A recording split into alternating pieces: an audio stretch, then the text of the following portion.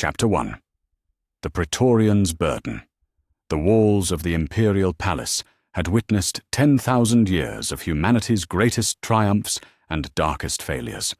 Yet never had they looked upon such devastation as now spread across the surface of Terra. Dorn, Primarch of the Imperial Fists, stood upon the ramparts of the inner palace, his gauntleted hands gripping the ancient stone as he surveyed the ruin of mankind's birthworld. Smoke rose from 100 burning hives. The very air tasted of ash and blood. Where once the Emperor's vision of unity had transformed Terra into a gleaming beacon of human achievement, now only scarred earth and twisted metal remained. The sons of Horus had brought their war to the very steps of the Golden Throne, and Dorn could not escape the weight of that truth. He had failed. The thought struck deeper than any blade could reach. Dorn, the unyielding one, Praetorian of Terra, master of fortification and defense, had allowed traitors to breach the very heart of the Imperium. His walls, built with mathematical precision and reinforced by 10,000 years of strategic refinement, had not been enough. His vigilance had not been sufficient. His strength had proven inadequate against the fury of a corrupted brother. The Emperor had trusted him with humanity's cradle. The master of mankind had placed the defense of Terra in Dorn's capable hands, knowing that of all his sons, the Lord of the Imperial Fists would never yield, never compromise, never bend. Yet bend the defenses had, under the relentless assault of Horus and his damned legions. Dorn's jaw tightened as he watched the distant glow of fires burning across the katabatic plains. Each flame represented failure.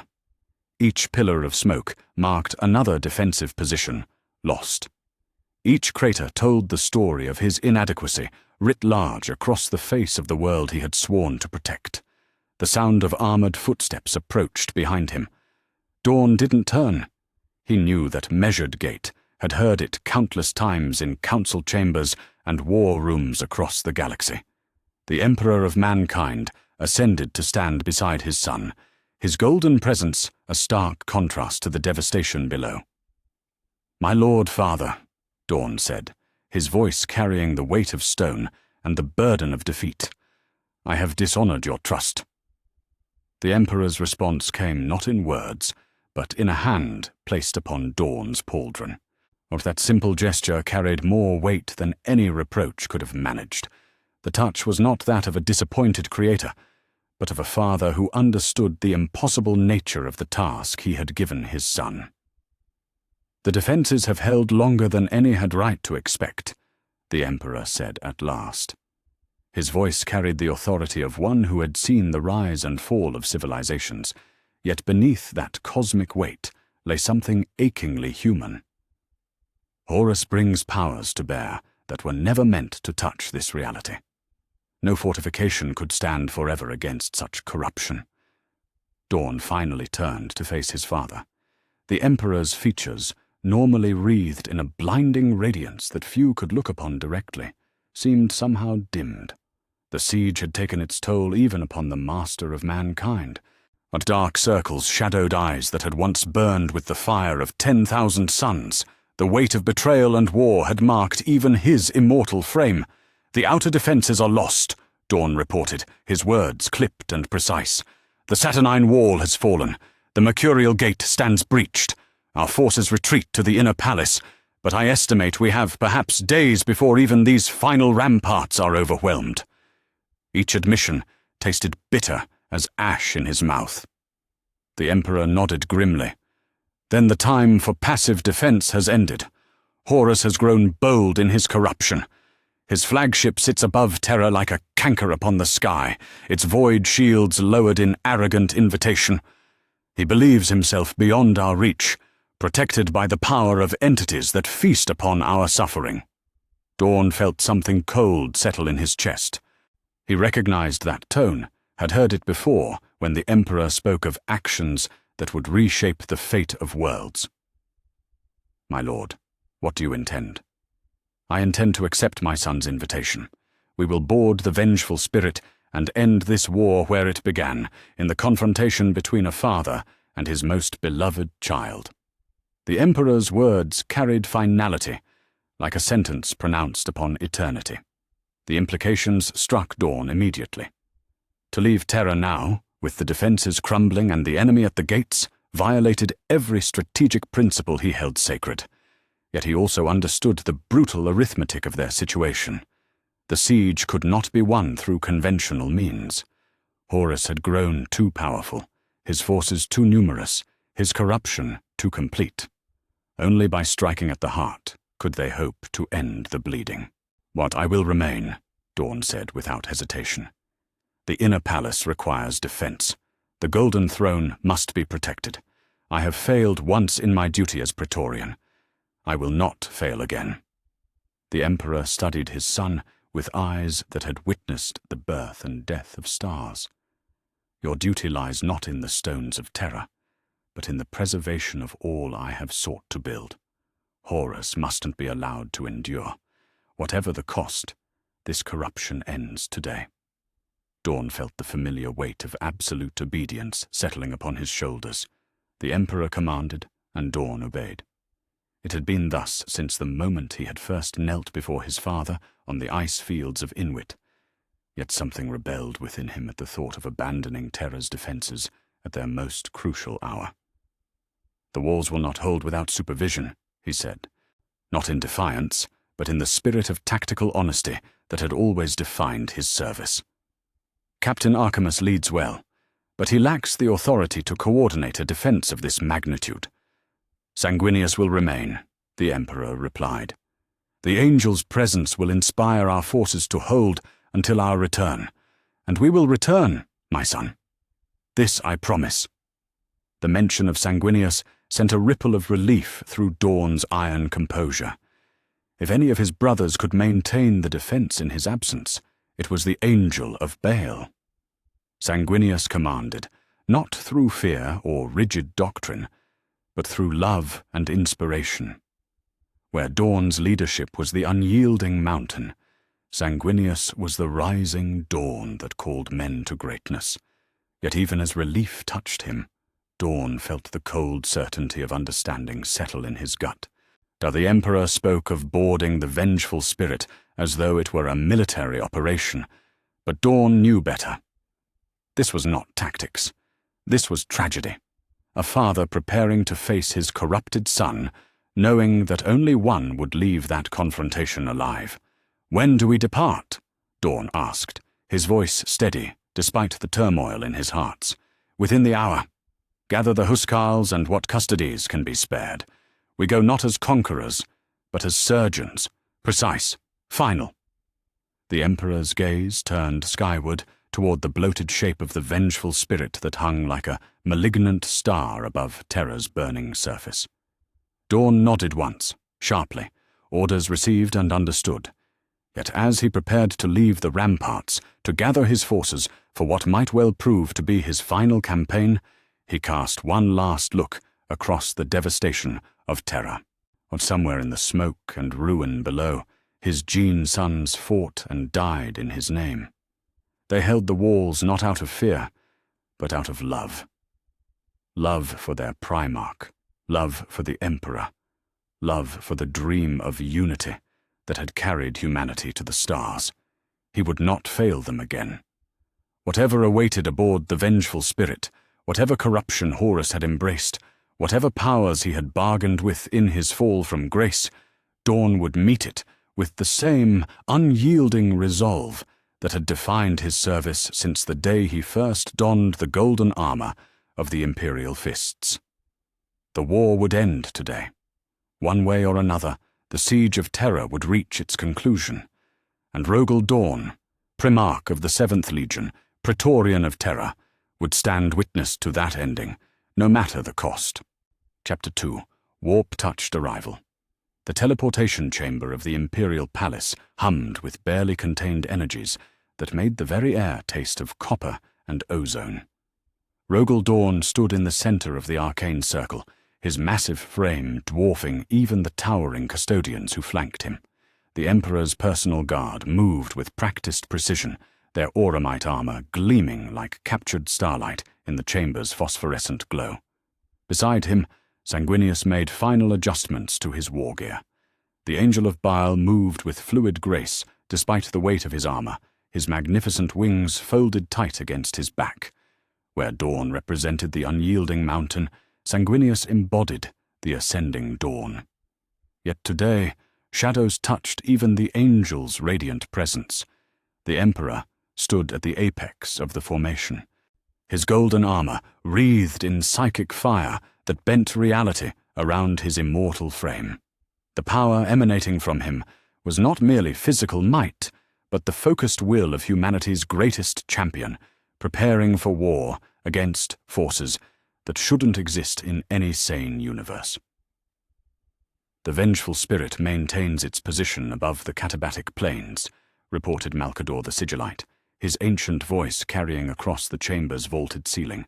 Horus has withdrawn the void shields around his flagship. The invitation stands open. Dorn checked the maglocks, securing Storm's teeth to his armor, one final time.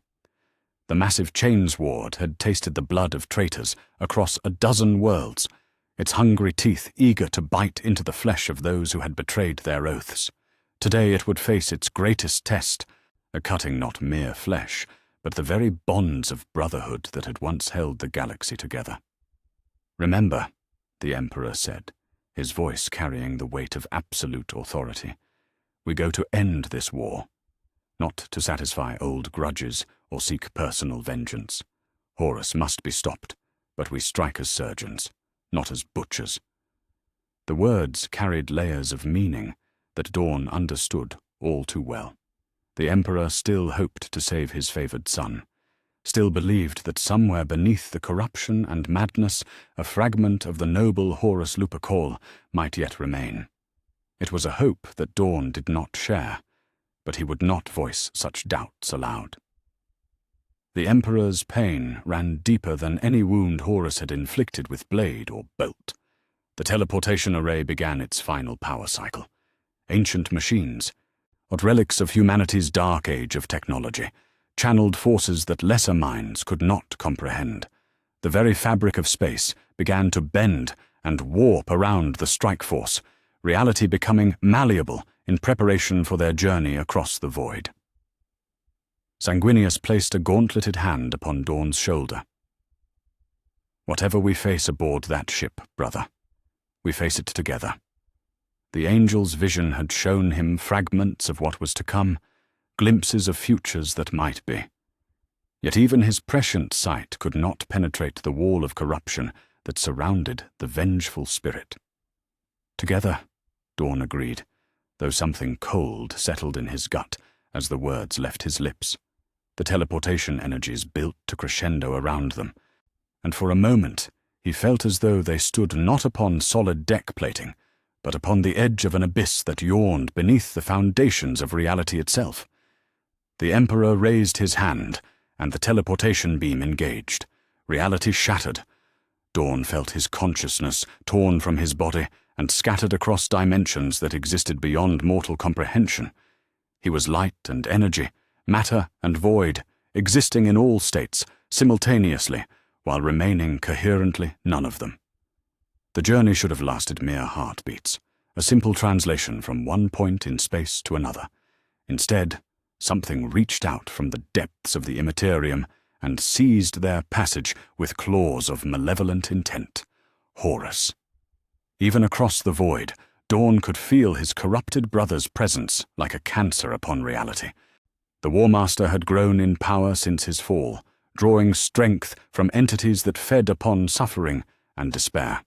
That power now reached out to interfere with their arrival, to scatter the Emperor's strike force and divide their strength before the battle could even begin. The teleportation stream fragmented. Dorn felt himself pulled away from his father and brother, his essence hurled through passages in space that bent back upon themselves in impossible geometries. The vengeful spirit's interior became a maze of corridors and chambers, each one a potential destination for his arrival. He materialized with a thunderclap of displaced air. The throne room of the vengeful spirit stretched before him, like a cathedral dedicated to madness. What had once been a masterpiece of imperial engineering had been transformed into something that violated every principle of rational design. Pillars twisted skyward in helical spirals that hurt the eye to follow. The ceiling disappeared into shadows that seemed to move with their own malevolent purpose. The very air tasted of copper and sulfur, heavy with psychic emanations that made his skin crawl beneath his armor. And upon the throne that dominated the chamber's far end sat Horus Lupercal, War Master of the Imperium, the Emperor's most beloved son turned architect of humanity's destruction.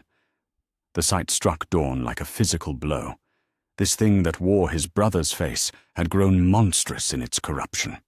Horus's armor, once the finest craftsmanship the Imperium could produce, now writhed with symbols that seemed to shift and change when observed directly. His flesh, visible beneath the ceramite plates, bore the marks of power that no mortal form was meant to contain. Yet for all the physical changes, it was Horus's eyes that truly conveyed the depth of his fall.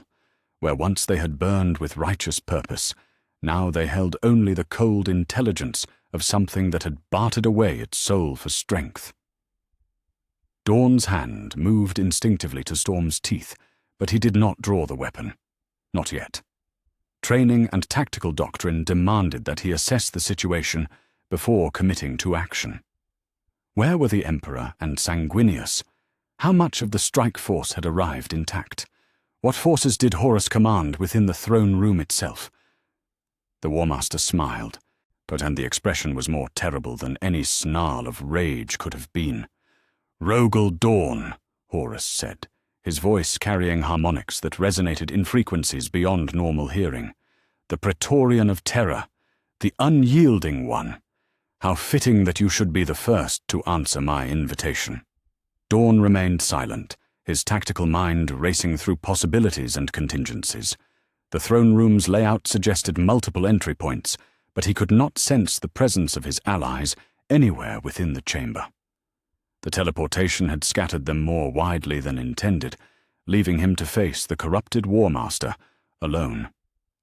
"You seem surprised, brother," Horus continued, rising from his throne with predatory grace. "Did you truly believe that your father's crude technology could reach me unopposed? But I am the chosen of powers far greater than the anathema who claims dominion over humanity. The gods of chaos have blessed me with sight beyond mortal ken." The War Master's words confirmed Dorn's worst fears. Horus had not merely detected their approach, but had actively interfered with the teleportation, ensuring that the strike force would arrive scattered and vulnerable. It was a tactical disaster of the highest magnitude, yet Dorn's training had prepared him for such eventualities. When the plan failed, the soldier adapted. "You have grown powerful in your corruption," Dorn replied, his voice carrying the steady rhythm of unshakable certainty. "Yet power without honor is merely strength wasted upon meaningless destruction. You were once the greatest of us, Horus.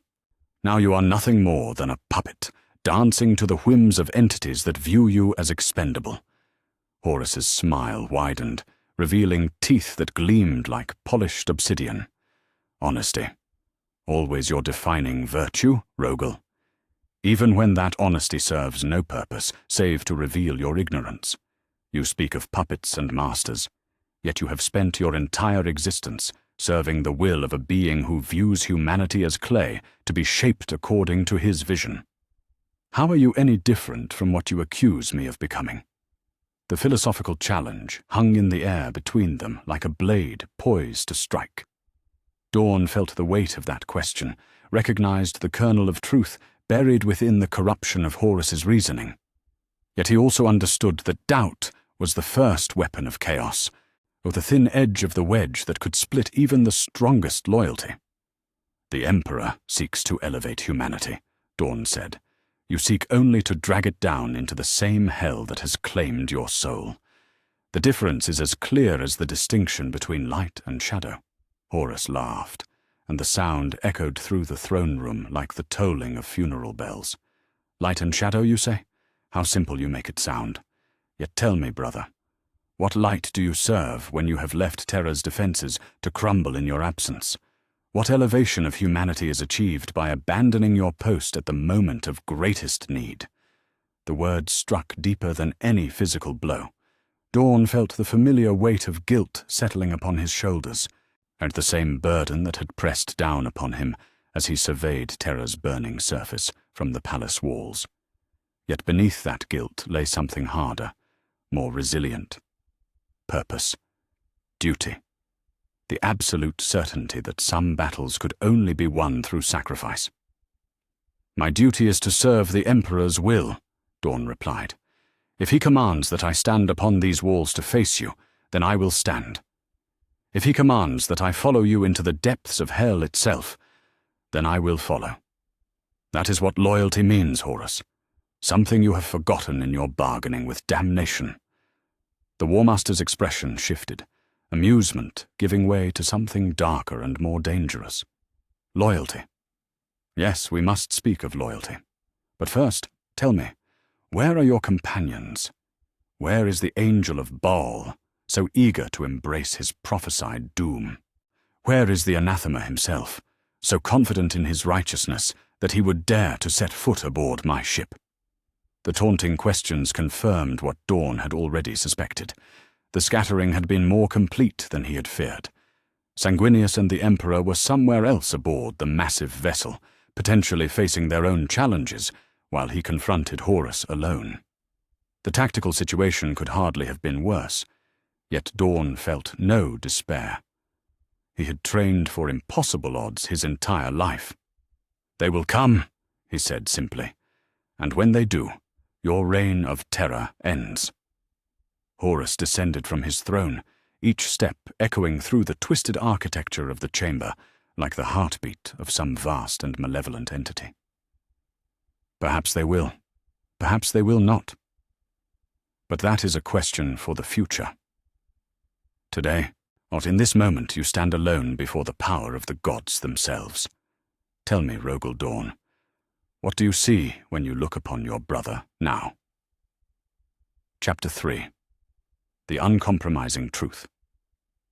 Horus circled Dorn like a predator studying its prey, his massive frame moving with fluid grace that seemed impossible for something so heavily armored. The War Master's footsteps echoed through the throne room's twisted architecture, each sound a deliberate note in the symphony of intimidation he sought to orchestrate. Yet Dorn remained unmoved, his stance as solid and unshakable as the foundations of the Imperial Palace itself. "Look upon me, brother," Horus said, his voice carrying harmonics that seemed to resonate in dimensions beyond the merely physical. "Truly look. Do you see corruption? Do you see weakness? I have become something greater than what our father intended, something beyond the limitations he imposed upon us."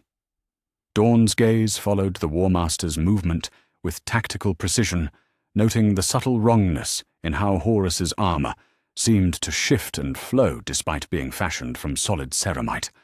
The corruption was not merely spiritual, but physical, a fundamental alteration of reality itself that marked Horus as something no longer entirely human. "I see a brother who has traded his soul for power he cannot control," Dorn replied, his words carrying the weight of absolute conviction. "You speak of becoming greater, yet you diminish with every breath. The Horus Lupercal I knew died long before your body ceased to draw air." Horus paused in his circling, a smile playing at the corners of his mouth. "Died, or was finally freed to become what he was always meant to be." "You speak with such certainty, Rogel, yet what do you truly know of freedom? You have spent your entire existence building walls, creating barriers, defining boundaries. I have transcended all such limitations."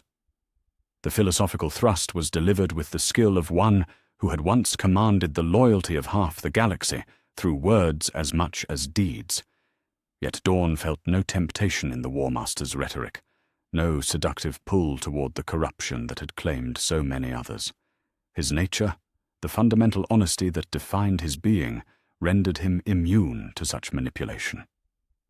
"Transcendence," Dorn said, his tone carrying a note of grim humor. You use that word as though it holds meaning beyond self-deception. What boundaries have you truly crossed, Horus? You who once commanded through love now rule through fear. You who once inspired loyalty now compel obedience through corruption. You who once sought to unite humanity now work toward its destruction. Where is the transcendence in becoming everything you once opposed? Horus's smile faltered, replaced by something darker and more dangerous. You always did possess a gift for reducing complex truths to simple platitudes. Yet tell me, brother, what love has the Emperor shown you? What loyalty has he earned through anything other than the accident of your creation? You serve not because you choose to, but because you were made to serve. Is that freedom?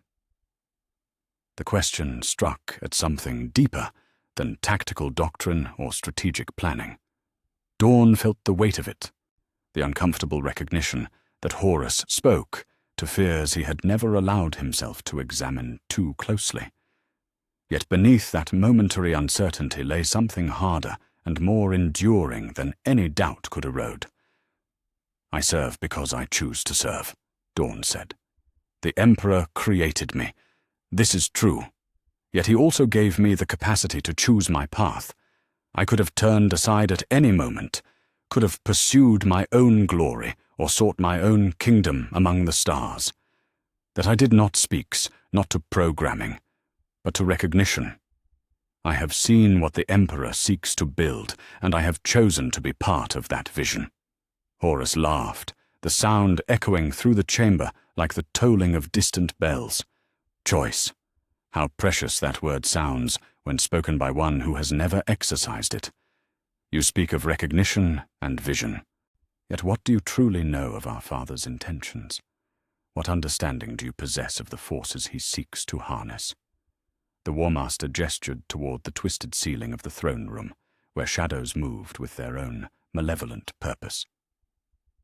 He claims to champion humanity's future, yet he consorts with the same powers I have embraced.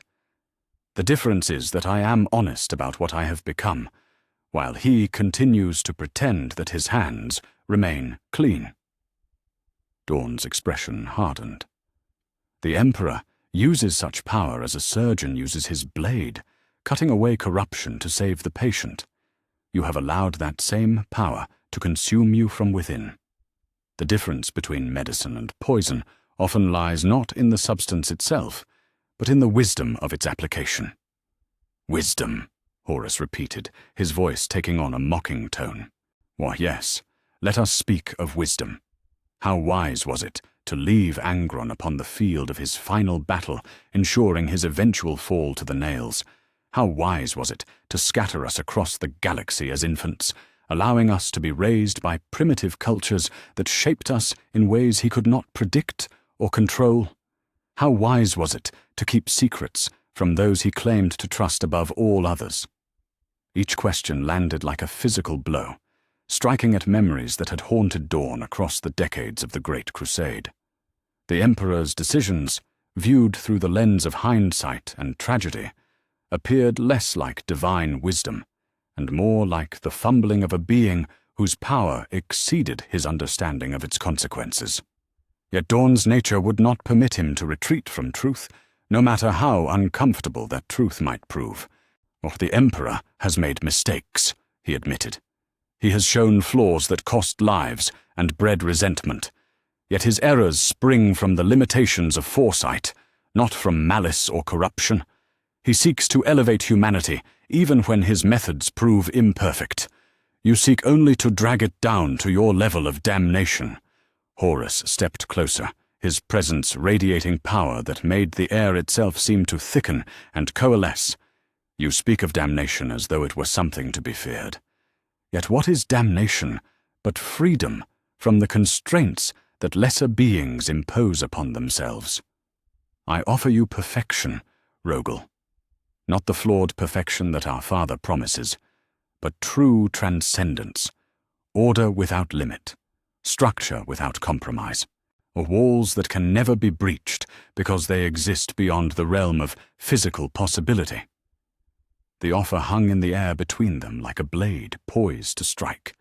Dorn could feel the sincerity behind Horus's words, the genuine belief that what he offered represented salvation rather than corruption. It was that sincerity that made the War Master's fall all the more tragic and all the more dangerous. Order without limit becomes tyranny, Dorn replied. Structure without compromise becomes stagnation. Walls that cannot be breached become prisons for those they claim to protect. You offer perfection, but perfection without growth, without change, without the possibility of something greater. That is not transcendence. That is death disguised as eternal life. Horus's expression shifted. But amusement giving way to something colder and more calculating. Death. Yes, let us speak of death. How many have died for the Emperor's vision? How many worlds have burned in the name of unity? How many cultures have been erased to make way for his singular truth? Tell me, brother, what makes his tyranny more acceptable than mine? The philosophical assault was delivered with surgical precision, targeting the doubts that plagued any thinking being who had witnessed the Great Crusade's brutal efficiency. Yet Dorn's response came not from doctrine or indoctrination, but from the deep well of conviction that had sustained him through decades of war. The Emperor's tyranny seeks to end itself, Dorn said. His vision includes humanity's eventual freedom from the need for such control. Your tyranny seeks only to perpetuate itself across eternity. The Emperor builds toward a future where he is no longer necessary. You seek to ensure that you will always be essential. That is the difference between a father raising his children to independence and a parasite feeding upon its host. The words struck home with devastating effect. Horus recoiled as though physically slapped, his carefully constructed facade of amused superiority cracking to reveal the rage that lurked beneath. For a moment, the corruption that had claimed him became visible not as strength, but as the weakness it truly was.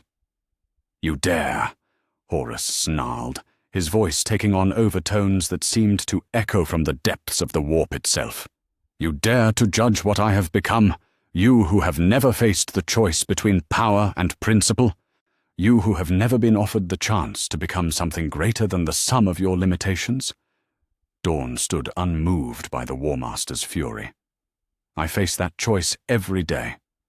Every moment I draw breath, I must choose between the easy path of compromise and the difficult road of unwavering principle.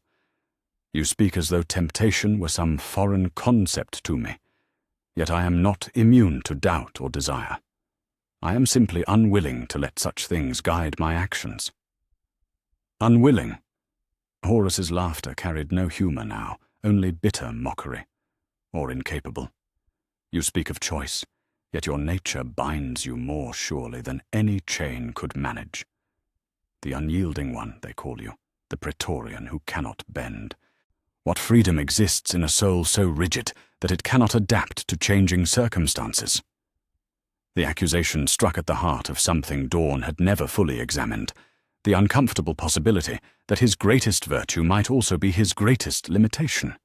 Yet rather than weakening his resolve, the recognition strengthened it. He was what he was by choice as much as by nature. "Flexibility without principles becomes mere opportunism," Dorn said. "Adaptation without core values results in the kind of corruption that has claimed you. Yes, I am rigid in my adherence to duty and honor. Yes, I am unwilling to compromise on matters of fundamental truth. If that makes me incapable of the kind of change you represent, then I embrace that incapability as a strength rather than a weakness." Horus fell silent, his predatory circling coming to an abrupt halt. The throne room's twisted architecture seemed to pulse with malevolent energy, responding to the War Master's growing rage. When he spoke again, his voice carried the weight of absolute finality. "Then you choose to remain a slave to limitations that I have transcended. You choose ignorance over enlightenment, stagnation over growth, death over eternal life. Very well, brother.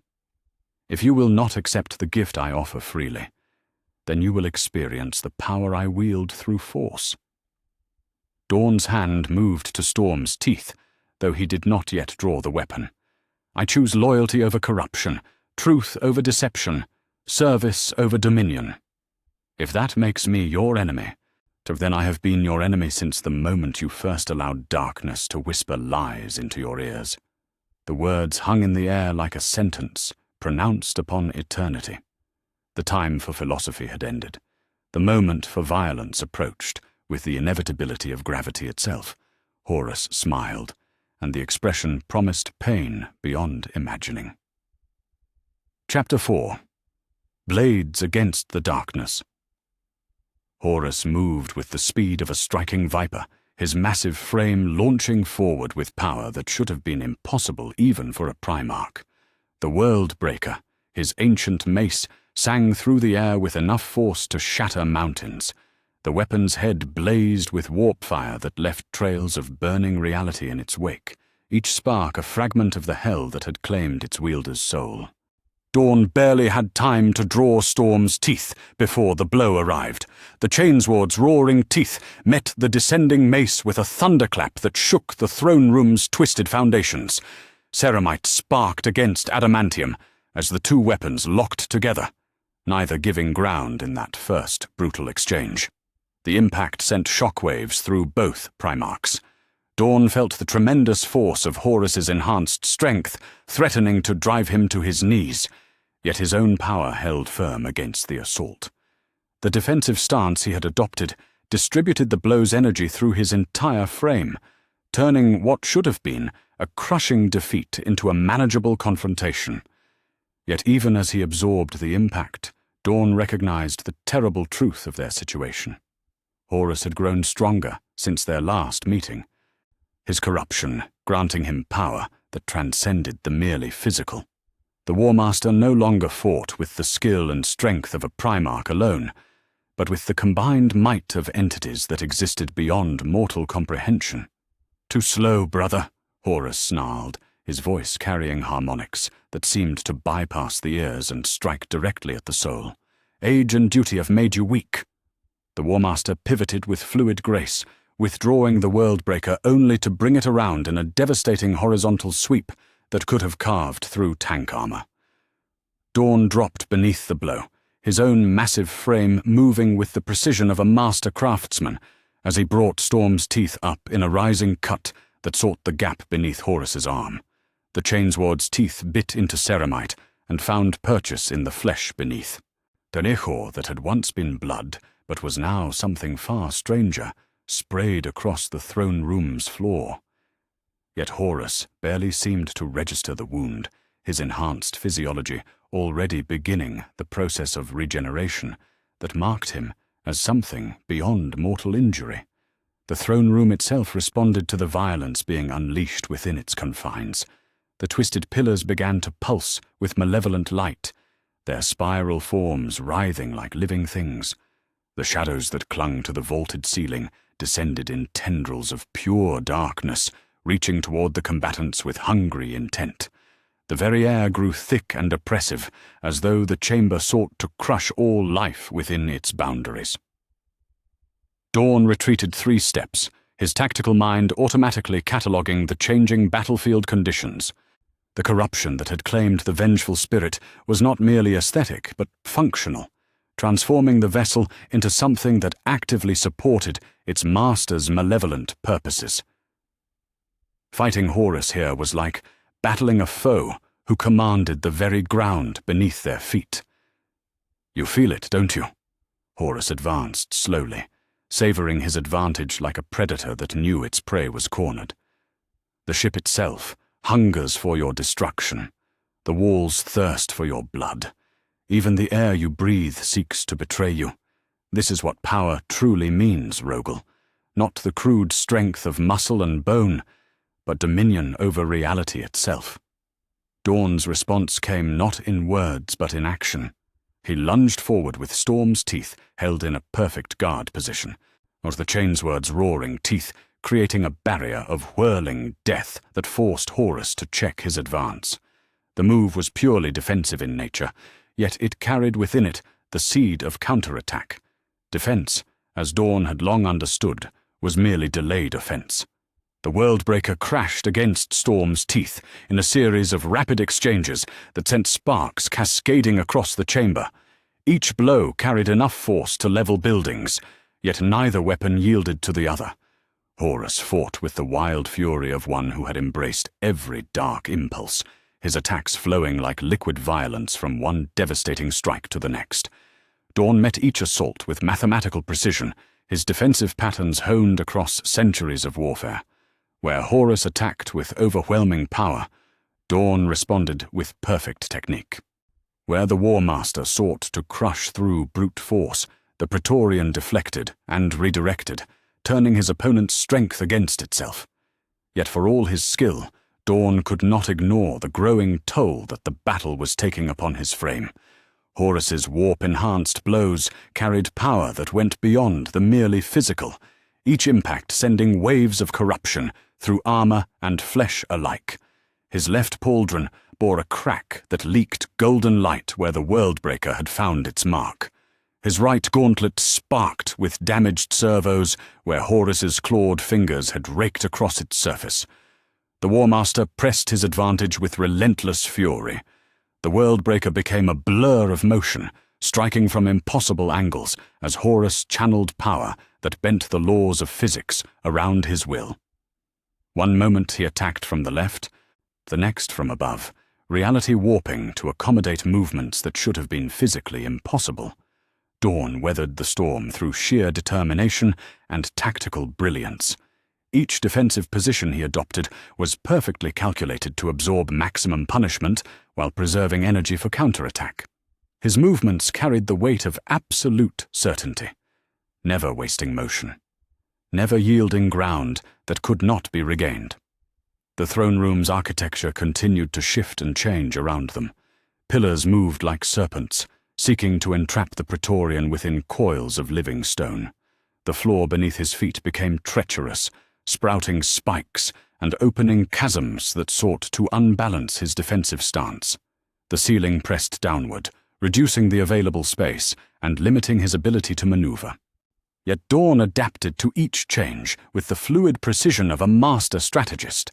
When the ground betrayed him, he used the unstable footing to add momentum to his own attacks. When the walls closed in, he turned their proximity into opportunities for ricocheting, strikes that came from unexpected angles. When the shadows reached for him, he carved them apart with Storm's teeth's blazing teeth. "Impressive," Horus acknowledged, breathing heavily despite his enhanced physiology. "You have grown more skilled since last we crossed blades. Yet skill alone cannot overcome the inevitable. I am become more than mortal flesh can defeat." The War Master raised the Worldbreaker above his head, and the weapon began to glow with power that made the throne room's corruption seem pale by comparison. Warp energy coursed through its ancient mechanisms, transforming the mace into a conduit for forces that existed beyond the boundaries of sane reality. Dorn recognized the buildup of psychic power and adjusted his stance accordingly.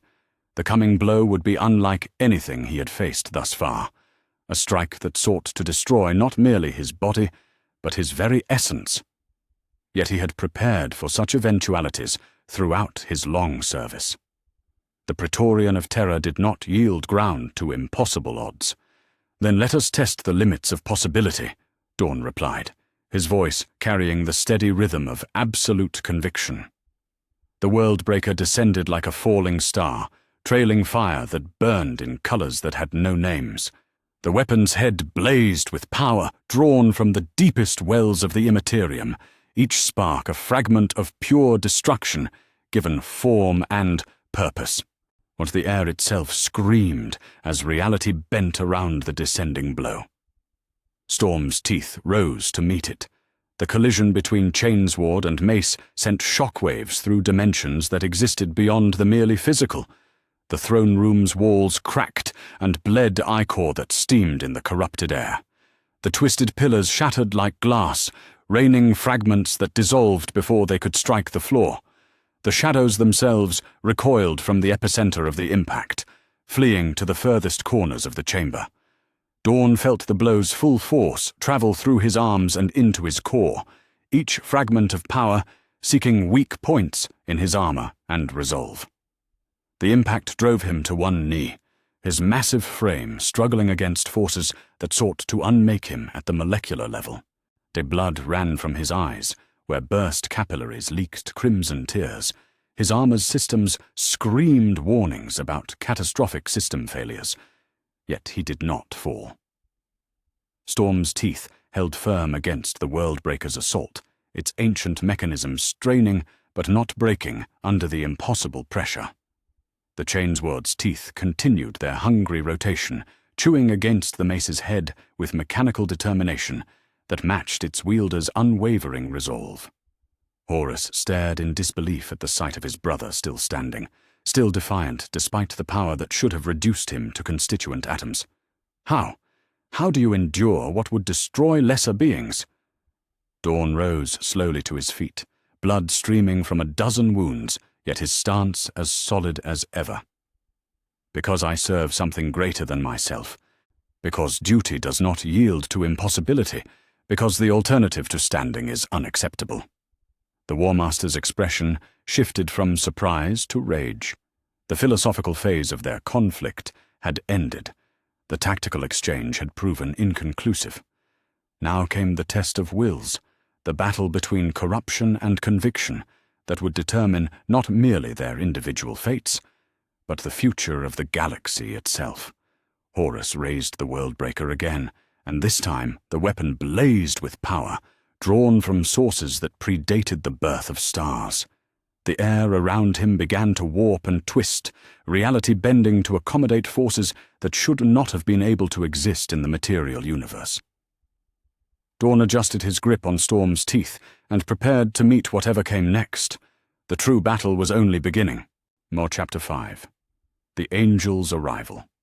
The sound of rending metal echoed through the throne room's twisted architecture, like the scream of a dying god. Somewhere in the chamber's upper reaches, beyond the writhing shadows that clung to the vaulted ceiling, something massive was forcing its way through barriers that had been designed to withstand the fury of gods. The cacophony built to a crescendo, before culminating in an explosion of light that banished the darkness, like dawn breaking over a battlefield. Sanguinius descended through the breach he had carved in reality itself, his magnificent wings spread wide as he rode the winds of his own righteous fury. The Angel of Baal bore the marks of his passage through the vengeful spirit's corrupted interior. His golden armor was scorched and dented, ichor from a dozen wounds seeping through cracks in the ceramite. His radiant features were marked by exhaustion and pain, yet his eyes blazed with determination that no amount of suffering could extinguish. Dorn felt something he had not experienced since the teleportation scatter tore their strike force apart. Hope. The arrival of his brother transformed the tactical situation from desperate survival to genuine possibility of victory. Where once he had faced the corrupted War Master alone, now he stood with the angel at his side. "Brother," Sanguinius said, his voice carrying harmonics that seemed to heal merely by being heard. "I had feared I might arrive too late." The angel's landing sent tremors through the throne room's floor, his impact crater spreading in perfect geometric patterns that somehow imposed order upon the chamber's chaotic architecture. The shadows that had reached for Dorn with hungry intent recoiled from Sanguinius's radiance, fleeing to the furthest corners where they writhed in frustrated hunger. Horus paused in his assault, the Worldbreaker held motionless as he assessed this new variable in their deadly equation. The Angel of Baal. How predictable that you should come rushing to your brother's aid like some heroic fool from ancient legend. Yet tell me, Sanguinius, where is our beloved father? Has the anathema abandoned his faithful sons to face the consequences of his failures alone? Sanguinius moved to stand beside Dorn, his wings folding against his back as he took up a position that would allow them to coordinate their defense. The angel's presence brought more than tactical advantage. It carried with it the weight of absolute nobility, the certainty that some things in the galaxy remained pure, despite the corruption that sought to claim everything. "The Emperor fights his own battles against the forces you have unleashed throughout the ship," Sanguinius replied, his voice carrying no trace of doubt or concern. "He trusts us to handle our brother's madness, while he deals with the entities that whisper lies into your ears." The words struck Horus like physical blows, each one precisely calculated to wound the War Master's pride. Dorn recognized the tactical brilliance behind his brother's approach. Where his own honesty had served as a blunt instrument against Horus's corruption, Sanguinius wielded truth like a surgeon's blade, at cutting deep into the psychological wounds that fed the War Master's rage. "Madness?" Horus laughed, though the sound carried no humor. "I have transcended the limitations that bind lesser minds to narrow perspectives. What you call madness, I recognize as clarity beyond your comprehension. What you call corruption, I embrace as evolution toward perfection." Dorn took advantage of the momentary pause in hostilities to assess his brother's condition. Sanguinius bore wounds that would have crippled a lesser being, yet he moved with fluid grace that spoke to the angel's incredible resilience. More concerning was the haunted quality in his brother's eyes, the weight of visions that showed futures too terrible to fully comprehend. "You have seen it," Dorn said quietly, his words meant for Sanguinius alone. "Does the path this battle follows?"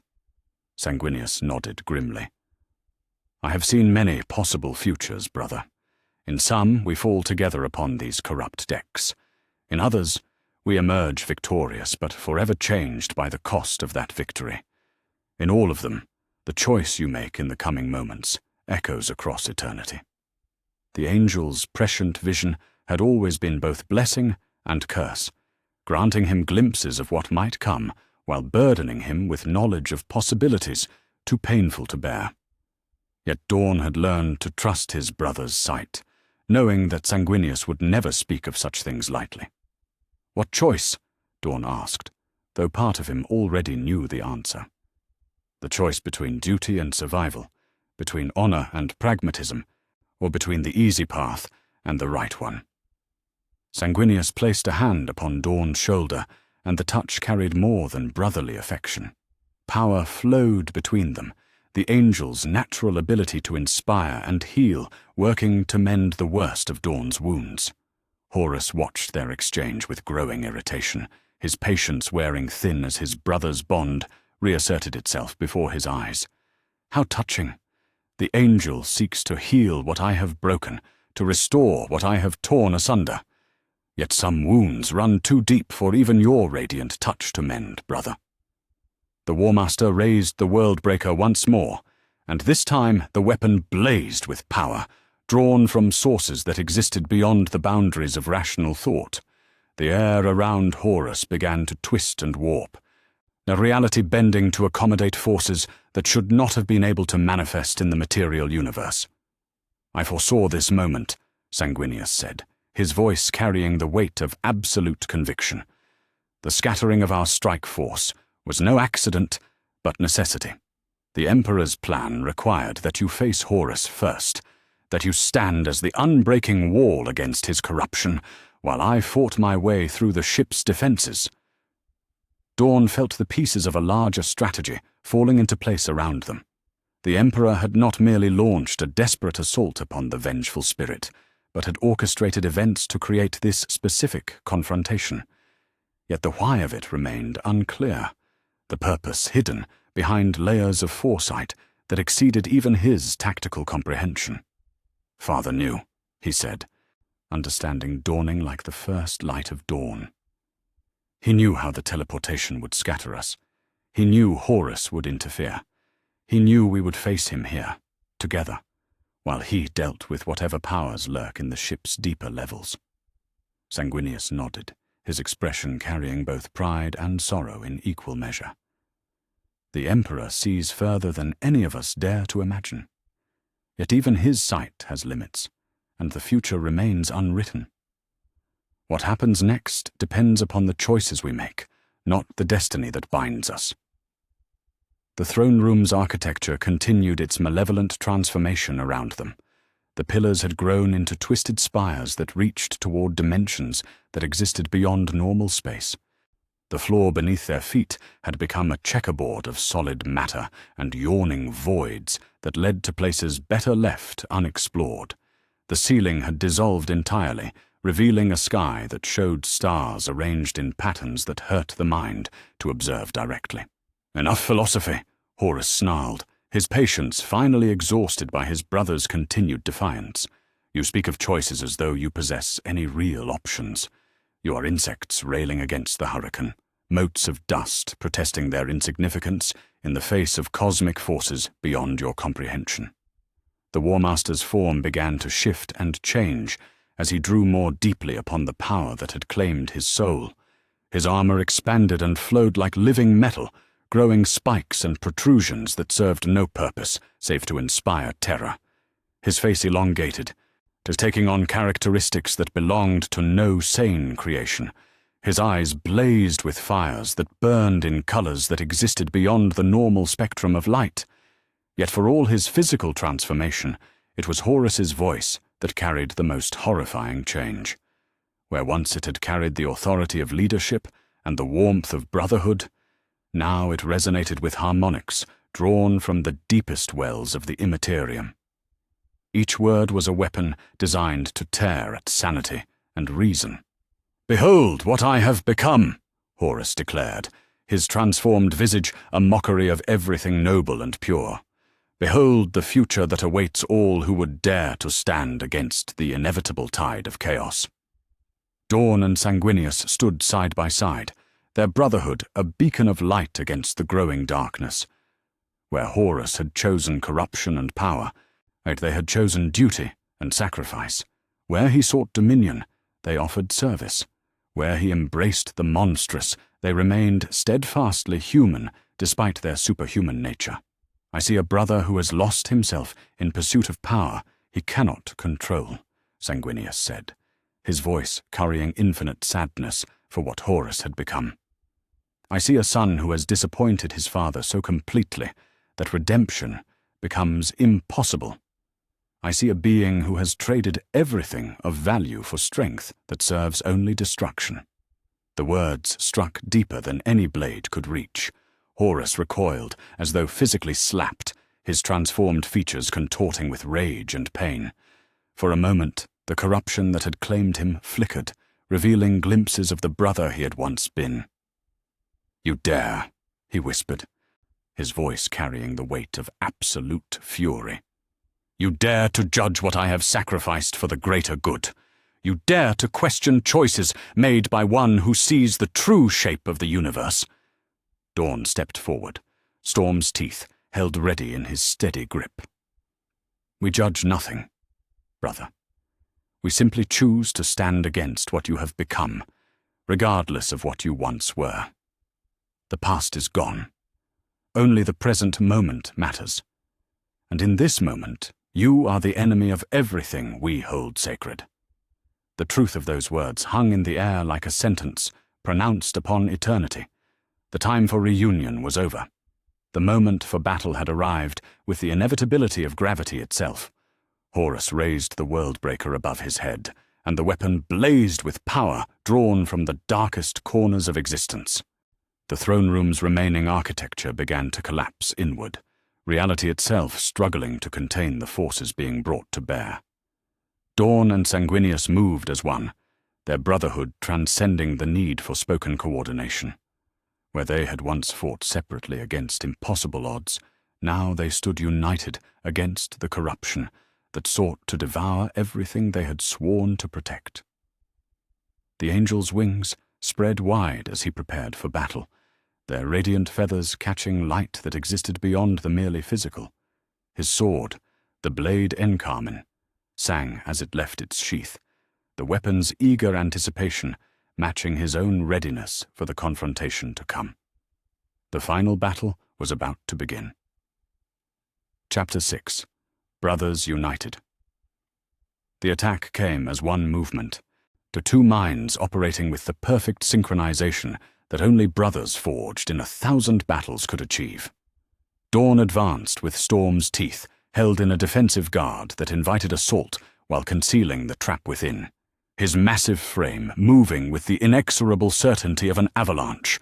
Sanguinius took to the air with a sound like thunder made manifest, his wings carrying him in a spiraling ascent that brought the blade and Carmen down from angles that defied conventional geometry. Horus found himself caught between earth and sky, between the unyielding wall of Dorn's advance and the deadly grace of Sanguinius's aerial assault. For the first time since the battle began, the War Master was forced to defend rather than attack, his transformed frame twisting to meet threats that came from multiple vectors simultaneously. Yet the Worldbreaker rose to block Dorn's overhead strike, while Horus's other hand, now elongated into something more claw than appendage, swept toward Sanguinius's descending form. The angel twisted in midair with fluid grace, his wings folding tight against his back as he passed beneath the sweeping talons to drive his blade deep into the gap between Horus's pauldron and gorge it. Ichor sprayed across the throne room's corrupted floor as the blade Encarmen found its mark. Yet even as Sanguinius struck home, Horus's retaliatory blow caught him across the chest with force enough to shatter mountains. The angel's armor cracked along stress lines that had been weakened by his passage through the ship's defenses, golden ceramite fragmenting to reveal the wounded flesh beneath. Sanguinius hit the chamber's far wall with an impact that sent cracks racing through the twisted architecture. Yet he recovered with the resilience that had carried him through 1,000 battlefields. Blood ran from his lips where internal injuries leaked their crimson testimony, but his eyes blazed with determination that no amount of pain could extinguish. Dorn pressed his advantage with mechanical precision, Storm's teeth carving arcs of destruction through the space that Horus had occupied moments before. The Chainsword's roaring teeth bit deep into the War Master's thigh, severing tendons and muscle with hungry efficiency. Yet Horus barely seemed to register the wound, his enhanced physiology already beginning the process of regeneration that marked him as something beyond mortal limitation. "Boss, is this the best you can manage?" Horus taunted, his voice carrying harmonics that seemed to emanate from the throne room's walls themselves. 2 against 1, and still you achieve nothing more than superficial wounds. You fight like children playing at war while their betters reshape the galaxy according to superior vision. The War Master's form continued to shift and change as he drew more deeply upon the power that had claimed his soul. His armor flowed like living metal, growing defensive spikes where Dorn's attacks had found purchase.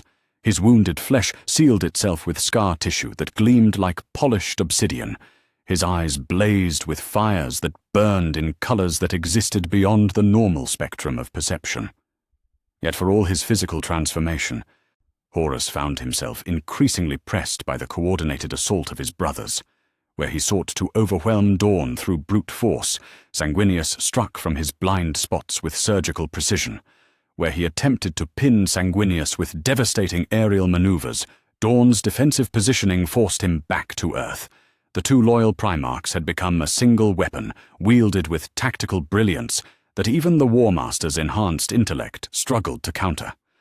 Sanguinius launched himself skyward once more, his wings beating with powerful strokes that carried him above the throne room's remaining architecture.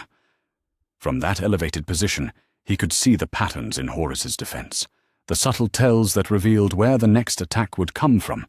The angel's prescient vision showed him fragments of possibility, to glimpses of futures where his next strike would find its mark. "Now, brother," Sanguinius called, his voice carrying across the chamber with the clarity of a battle horn. Dorn responded without hesitation, his trust in the angel's tactical brilliance absolute. Storm's teeth swept in a horizontal arc designed not to wound, but to force Horus into a specific defensive position. The War Master raised the Worldbreaker to block the attack exactly as Sanguinius had foreseen, leaving his back exposed for the angel's descending strike. The blade in Carmen pierced through the gap between Horus's backplate and the base of his skull. the weapon's point emerging from his throat in a spray of ichor that steamed in the corrupted air. The wound should have been instantly fatal, but yet Horus merely laughed as his enhanced physiology began to heal around the embedded blade. "Predictable," the War Master said, his voice gargling through the hole in his throat. "You think like mortals, bound by concepts of anatomy and vulnerability that no longer apply to what I have become." Horus reached back with impossible flexibility, his elongated fingers wrapping around Sanguinius's wrist with crushing force. The angel's bones cracked under the pressure as the War Master hauled him forward, using the embedded blade as leverage to bring his brother within reach of more conventional attacks. The Worldbreaker struck Sanguinius with the force of a falling star, its head blazing with warp fire that seared flesh and spirit alike. The angel's magnificent wings crumpled under the impact, the delicate flight membranes tearing and burning as he was driven to the chamber floor with bone-crushing violence. Yet even as Sanguinius fell, Dorn was already moving to capitalize on the opening his brother had created. Storm's teeth carved through the air in a rising cut that sought the same wound the angel had inflicted, its roaring teeth hungry for the taste of traitor blood. The chainsword bit deep into Horus's neck, chewing through corrupted flesh with mechanical determination. Horus staggered under the assault, his massive frame wavering for the first time since the battle began. The combined wounds, despite his enhanced healing, had begun to take their toll upon even his superhuman constitution. Ichor flowed freely from a dozen cuts, or pooling on the throne room floor in patterns that seemed to shift and writhe with their own malevolent purpose. "Enough," the War Master snarled, his patience finally exhausted by his brother's continued defiance. "If you will not accept the gifts I offer freely, then you will experience the full weight of power I have earned through sacrifice." Horus raised the Worldbreaker above his head, and the weapon began to glow with energy drawn from sources that existed beyond the boundaries of rational thought. The throne room's remaining architecture began to collapse as reality itself struggled to contain the forces being brought to bear. The air turned thick and viscous, making each breath a laborious effort that burned the lungs with acrid corruption. Yet it was not the Worldbreaker that posed the greatest threat, but the change that began to overtake Horus himself. The War Master's physical form started to dissolve, his flesh becoming translucent as entities from the deepest wells of the Imperium began to manifest through his corporeal shell. Tentacles of pure warp energy erupted from wounds that should have contained only blood and bone. Eyes that belonged to no sane creation opened across his armor's surface, each one blazing with malevolent intelligence. The psychic pressure emanating from Horus's transformed state threatened to crush the minds of any who witnessed it. The throne room itself began to fold inward, dimensions that should have remained separate, colliding in cascades of impossible geometry. The laws of physics became suggestions to be ignored at will, or cause and effect losing all meaning in the face of power that predated the birth of stars. Sanguinius struggled to rise from where he had fallen, his broken wings dragging uselessly behind him as he fought to regain his footing. The angel's prescient vision showed him glimpses of what was coming, fragments of futures too terrible to fully comprehend. In some, he and Dorn were torn apart by forces beyond mortal resistance. In others, they stood triumphant, but forever changed by the cost of victory. In all of them, the choice that would determine their fate rested upon decisions yet to be made. Yet it was Dorn who provided the anchor against the storm of corruption that threatened to overwhelm them all. The Praetorian of Terror stood unmoved by the psychic tempest that raged around him, his unwavering nature serving as a beacon of stability in the chaos. Where reality bent and twisted, his presence remained constant. Where the laws of physics failed, his certainty endured. "You speak of power as though it were an end in itself," Dorn said, his voice carrying through the dimensional storm with perfect clarity. "Yet power without purpose is merely destruction wearing the mask of strength.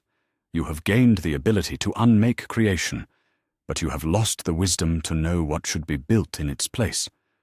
The words cut through Horus's psychic assault like a blade through silk, their simple honesty proving more effective than any weapon against the War Master's corruption. For a moment, the entities that had been manifesting through his flesh recoiled, their grip upon reality loosening in the face of absolute conviction. But that moment of weakness was all Sanguinius needed. The angel rose to his feet with effort that spoke to tremendous willpower, his broken wings folding against his back as he prepared for one final strike. The blade Enkamin blazed with light that existed beyond the merely physical, its edge honed not just by masterwork craftsmanship, but by the purity of purpose that guided its wielder. "Together, brother," Sanguinius said, his voice carrying harmonics that seemed to heal merely by being heard. "As we began, so shall we end." Dorn nodded once, his understanding complete. They had fought as brothers across 1,000 battlefields, their coordination honed to perfection through shared victory and mutual sacrifice.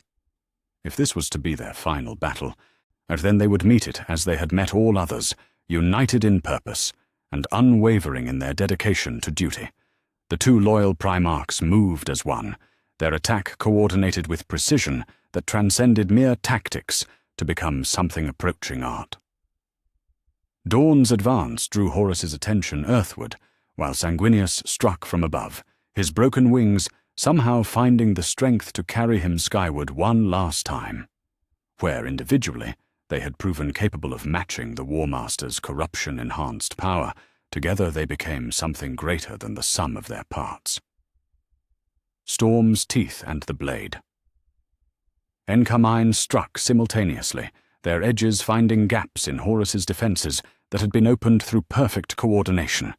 The chainsword bit deep into the War Master's side, while the angel's blade pierced his chest, as both weapons carving through flesh and armor with devastating efficiency.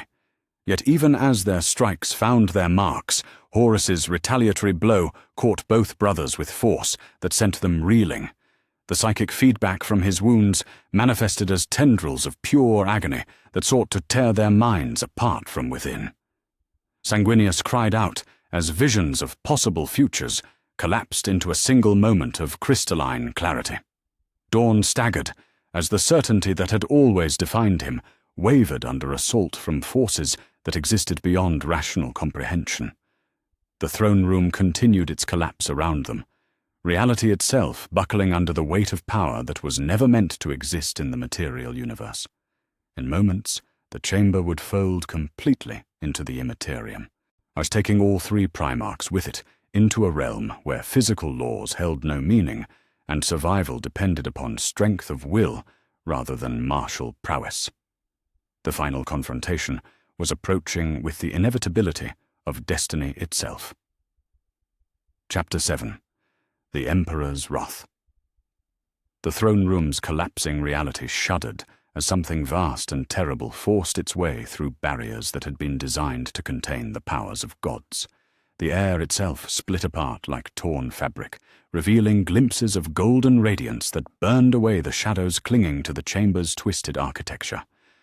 Through that blazing rift stepped the Emperor of mankind, his presence a beacon of absolute authority that made even the corrupted vessel of the vengeful spirit recoil from his magnificence.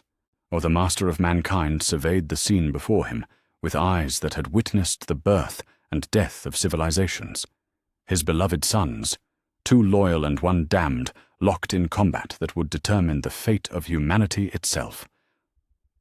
Sanguinius knelt upon the chamber floor, his broken wings spread wide as he struggled to rise despite wounds that would have killed lesser beings. Dorn stood over his fallen brother, Storm's teeth held in defensive position as ichor ran from a dozen cuts across his massive frame.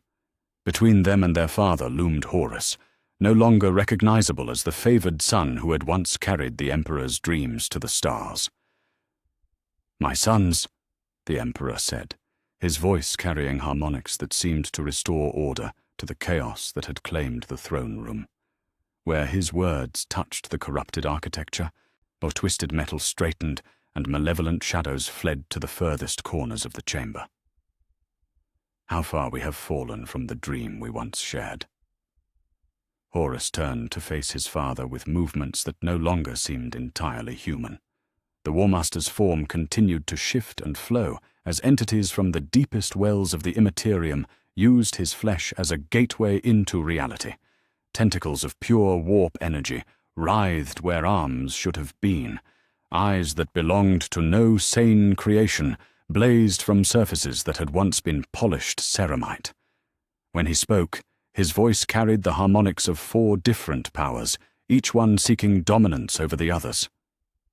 "The anathema arrives at last," Horus said, his words carrying overtones that made the air itself recoil in horror. "How fitting that you should witness the final moments of your flawed vision. Behold what your sons have become in their desperation to serve a dream that was always doomed to failure." The Emperor's golden armor blazed with power that existed beyond the merely physical, each plate inscribed with protective wards that had been crafted in the earliest days of humanity's expansion among the stars. The sword of the Emperor hung at his side, its blade humming with eagerness to taste the blood of those who had betrayed their sacred oaths. Yet it was not his weapons that commanded attention, but the sheer weight of his presence in a realm where reality had begun to collapse under the assault of chaos. "I see a son who has allowed his pride to consume everything noble within him," the Emperor replied, his words cutting through Horus's psychic emanations like a blade through silk. "I see a being who has traded his birthright for power he cannot control. I see the greatest tragedy in the history of our species, and I weep for what you have chosen to become."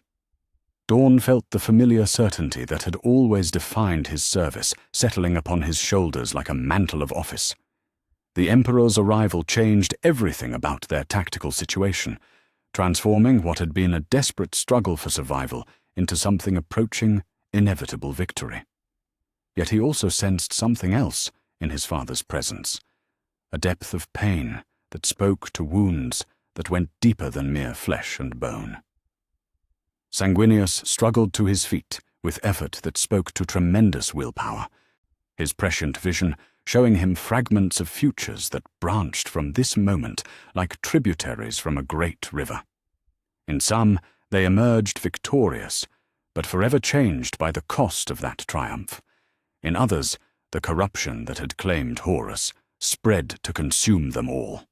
In the most terrible visions, he saw the Emperor forced to destroy not 1 son, but 3, his golden blade drinking deep of Primarch blood while the galaxy burned around him. "Father," Sanguinius said, his voice carrying harmonics that seemed to heal merely by being heard. "The corruption runs deeper than we feared. Horus is no longer merely fallen, but has become a gateway for powers that seek to unmake creation itself. Whatever we do here must be done quickly, before the ship itself becomes a permanent breach between realms." The angel's words carried the weight of absolute conviction, his foresight revealing truths that tactical analysis alone could not provide. The vengeful spirit was transforming around them, its massive bulk becoming something that existed partially in both the material universe and the realm of chaos. If they delayed too long, the vessel would complete its transition and become a permanent wound in reality's fabric. Horus laughed, the sound echoing through dimensions that existed beyond normal perception. Listen to the oracle speak of urgency, as though time itself had meaning in this place. We stand now in a realm where cause and effect are suggestions to be ignored at will. Here, what I am not merely War Master, but master of reality itself. The corrupted Primarch gestured with one of his transformed appendages, and the space around Sanguinius began to distort and compress. The angel found himself caught in a vortex of twisted gravity that sought to crush him into a singularity of concentrated matter. Yet even as the forces closed around him, Horus's true purpose became clear. The attack was not meant to kill, but to capture, creating a living shield that would force his father's hand. "Choose, anathema," Horus said, his voice carrying the weight of absolute malice. "Destroy your beloved son to reach me, or watch as I reshape him according to my vision of perfection. Either way, you lose something precious, and I gain the satisfaction of watching you suffer as you have made me suffer." The tactical situation crystallized in Dorn's mind with the clarity of mathematical precision. Horus sought to force a choice between values that could not be compromised, knowing that any decision would wound the Emperor more deeply than physical assault ever could. It was a strategy born of intimate knowledge of his father's nature, using love itself as a weapon in the service of corruption. Yet Dorn's nature would not permit him to accept such limitations. Where others saw impossible choices, he saw tactical problems that demanded innovative solutions. The Praetorian of Terror had not earned his reputation through rigid adherence to conventional wisdom, but through the ability to find paths where none seemed to exist. "No," Dorn said, his voice carrying the weight of absolute conviction. "I refuse to accept the parameters you seek to impose. Sanguinius is not merely a hostage to be preserved, but a warrior capable of fighting his own battles. Trust him to endure what must be endured while we do what must be done." The words cut through the tactical paralysis that Horus had sought to create, reframing the situation from an impossible choice to a calculated risk. Sanguinius heard his brother's declaration and felt something like relief wash through his consciousness. Dorn understood, as he had always understood, that some victories could only be won through accepting costs that lesser beings would find unthinkable. The angel's response came not in words but in action, drawing upon reserves of strength that should not have existed within his wounded frame. But Sanguinius burst free from the gravitational prison that sought to contain him. His broken wings spread wide as he launched himself directly at Horus, accepting whatever damage the War Master might inflict in exchange for creating an opening that his father and brother could exploit. The Emperor saw the sacrifice his sons were willing to make, and felt something like pride kindle in his immortal hearts. Dorn's refusal to accept false limitations and Sanguinius's willingness to embrace necessary suffering spoke to the nobility that corruption could not touch. They remained his sons, not merely through genetic inheritance, but through shared commitment to principles that transcended personal cost. "Together, then," the Emperor said, his voice carrying harmonics that seemed to restore hope to a universe that had forgotten what victory looked like. "As we began this great work, so shall we see it through to completion." The Master of Mankind drew the sword of the Emperor from its sheath, and the blade blazed with light that existed beyond the merely physical. Where its radiance touched the throne room's corrupted architecture, twisted metal resumed its original form, and malevolent shadows fled like darkness before the dawn. The weapon had tasted the blood of entities that claimed godhood, and it hungered for the chance to do so again. Horus found himself facing not one opponent, but three, his father and both loyal brothers arrayed against him in perfect coordination.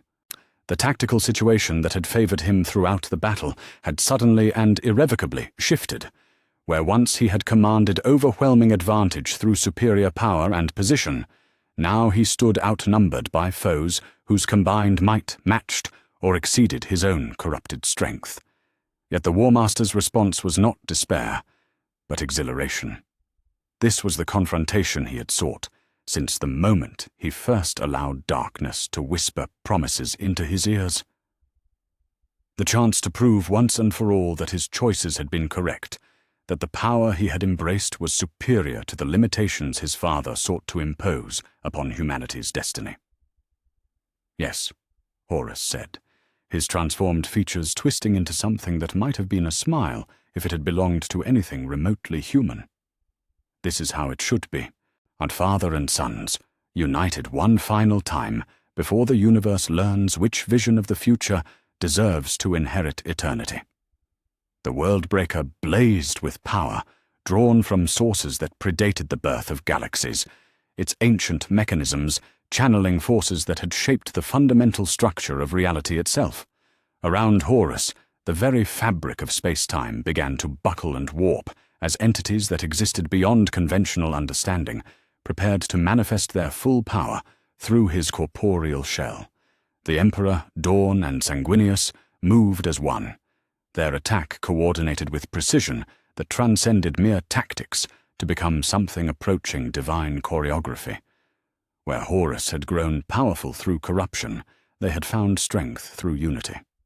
Where he had embraced isolation in pursuit of dominance, that they had chosen brotherhood in service of something greater than individual ambition, the final confrontation was about to begin, and the fate of the galaxy hung in the balance between competing visions of humanity's ultimate destiny. In one corner stood a son who had traded his soul for power beyond imagining.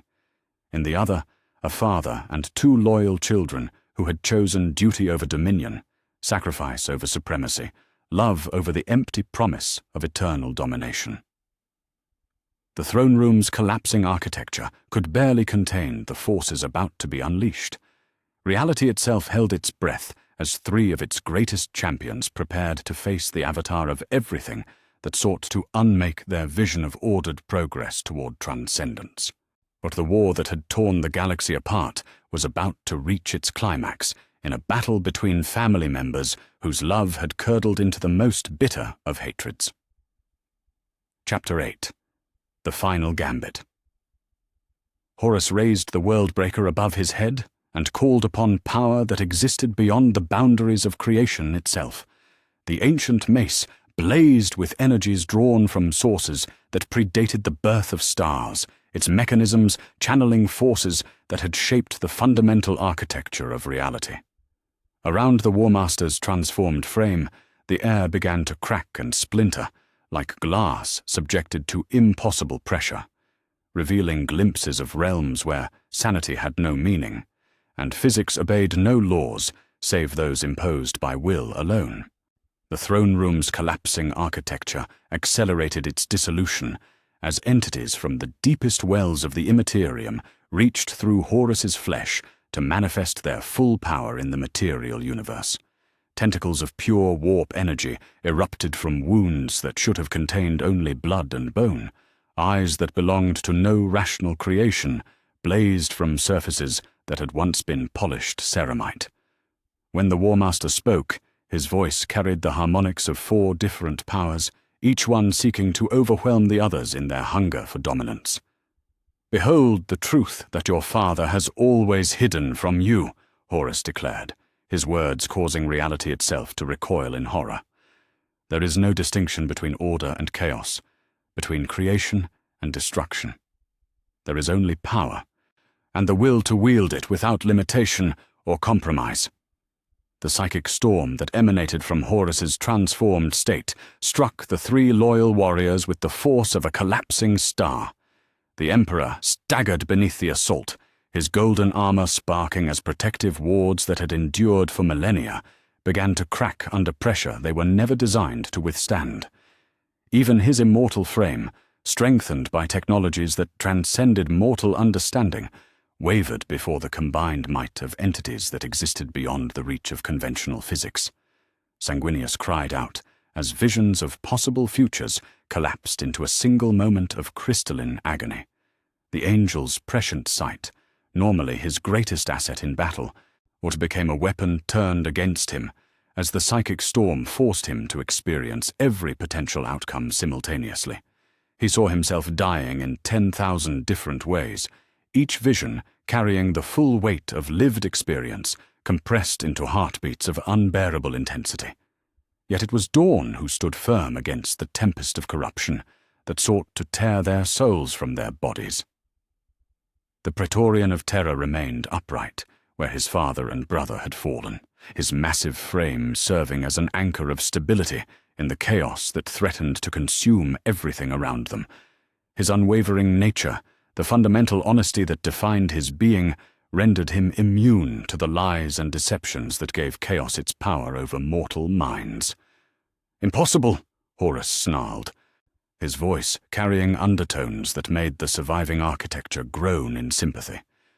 No mortal soul can withstand the full attention of the gods themselves. You should be broken, your mind scattered across dimensions that exist beyond your comprehension. Dorn's response came not in words but in movement, his feet finding purchase on deck plating that had begun to flow like liquid metal under the assault of impossible forces. Storm's teeth remained steady in his grip, despite the psychic storm that raged around him, its roaring teeth continuing their hungry rotation with mechanical determination that matched its wielder's absolute resolve. "I am what I have always been," Dorn said, his voice cutting through the dimensional tempest with perfect clarity. "I serve something greater than myself, something that cannot be corrupted or compromised. Your gods offer power, but power without purpose is merely destruction wearing the mask of strength." The War Master's transformed features contorted with rage as his ultimate gambit failed to achieve the devastation he had anticipated.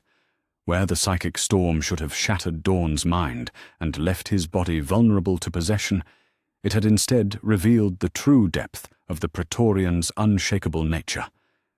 The corruption that had claimed Horus himself found no purchase upon a soul that had been forged in the furnace of absolute duty. "You speak of purpose, as though it possessed meaning beyond the arbitrary limitations imposed by weaker minds," Horus replied, his voice taking on harmonics that seemed to echo from the spaces between dimensions. "Yet what is purpose but another form of slavery, another chain that binds the strong to the service of the weak? I offer you freedom from all such constraints." The War Master gestured toward Dorn with one of his transformed appendages, and the space around the Praetorian began to warp and twist as reality bent to accommodate forces that existed beyond normal comprehension. Yet where the same power had overwhelmed both the Emperor and Sanguinius, it found only solid resistance in Dorn's unwavering presence. "Freedom," Dorn repeated, his tone carrying a note of grim humor. "You use that word as though it held meaning beyond self-deception. What freedom exists in slavery, to entities that view you as expendable? What liberation is found in trading one master for 4 others who care nothing for your survival? You have not transcended limitation, but have simply chosen different chains to bind yourself." The philosophical assault struck deeper than any physical blow could have reached. Horus recoiled as though slapped, his carefully constructed justifications crumbling before the simple honesty of his brother's words. For a moment, the entities that had been manifesting through his flesh withdrew their influence, leaving him to face the truth of what he had become, without their comforting lies to shield him from recognition. "I choose my own path," Horus said, though his voice lacked the conviction it had carried moments before. "I serve no one save myself, bow to no authority, save my own will. Though that is more freedom than you will ever know in your rigid adherence to duty and tradition." Dorn began to advance across the throne room's dissolving floor, each step carrying him closer to the brother he had once fought beside across 1,000 battlefields. The psychic storm that raged around them seemed to part before his approach, unable to touch someone whose nature existed in perfect harmony with his chosen purpose. "You serve entities that existed before the birth of your thoughts, and will endure long after your death," Dorn said, his words cutting through Horus's self-deception with surgical precision. "You bow to authorities whose power dwarfs your own so completely that you cannot even perceive the extent of your subjugation. You have traded the service of a father who loved you for slavery to gods who view you as a tool to be discarded when its usefulness ends." Each accusation landed with devastating effect, stripping away the layers of rationalization that had allowed Horus to maintain his sense of superiority, despite the obvious evidence of his corruption. The War Master's transformed frame began to shudder as the conflicting powers within him struggled for dominance, each entity seeking to blame the others for their shared failure to claim Dorn's soul. "Enough!" Horus roared, his voice carrying harmonics that shattered what remained of the throne room's structural integrity. "If you will not accept the gift I offer freely, Then you will experience the full weight of power that transcends your limited understanding. The Worldbreaker blazed with energies that made its previous displays seem pale by comparison. Around Horus's transformed frame, the very fabric of space-time began to buckle and fold as entities from the deepest corners of the Imperium prepared to manifest their full presence in the material universe. The air itself began to burn with fires that consumed matter and energy alike, turning everything they touched into raw potential, waiting to be shaped by superior will. Yet even as reality began to dissolve around them, Dorn felt only the familiar certainty that had always guided his service. The Emperor had trusted him with the defense of Terra, and he had accepted that responsibility without reservation or compromise. Sanguinius had chosen to trust his judgment over tactical convenience, and he would not allow that faith to be misplaced. The Imperium of man depended upon the choices made in this chamber, and he would make them worthy of the sacrifice they represented. "I have served the Emperor for longer than some civilizations have existed," Dorn said, his voice carrying the weight of absolute conviction despite the chaos that raged around him. "I have built walls that will endure until the heat death of the universe, and trained warriors whose courage will echo across eternity. I have chosen duty over convenience, sacrifice over comfort, service over dominion. That is not slavery, but the highest form of freedom possible to any rational being." The words struck Horus like physical blows, but each one precisely calculated to wound the pride that had driven him to corruption in the first place. The War Master's transformed features contorted with rage as his final attempt at philosophical seduction crumbled before his brother's unshakable conviction. "Then die as you have lived," Horus snarled, raising the Worldbreaker in preparation for a strike that would channel the full power of the entities that had claimed his soul. "Die knowing that your rigidity has doomed everything you sought to protect." The ancient mace descended with force that sought to unmake not merely Dorn's physical form, but his very essence, erasing him from existence so completely that not even memory would remain to mark his passing.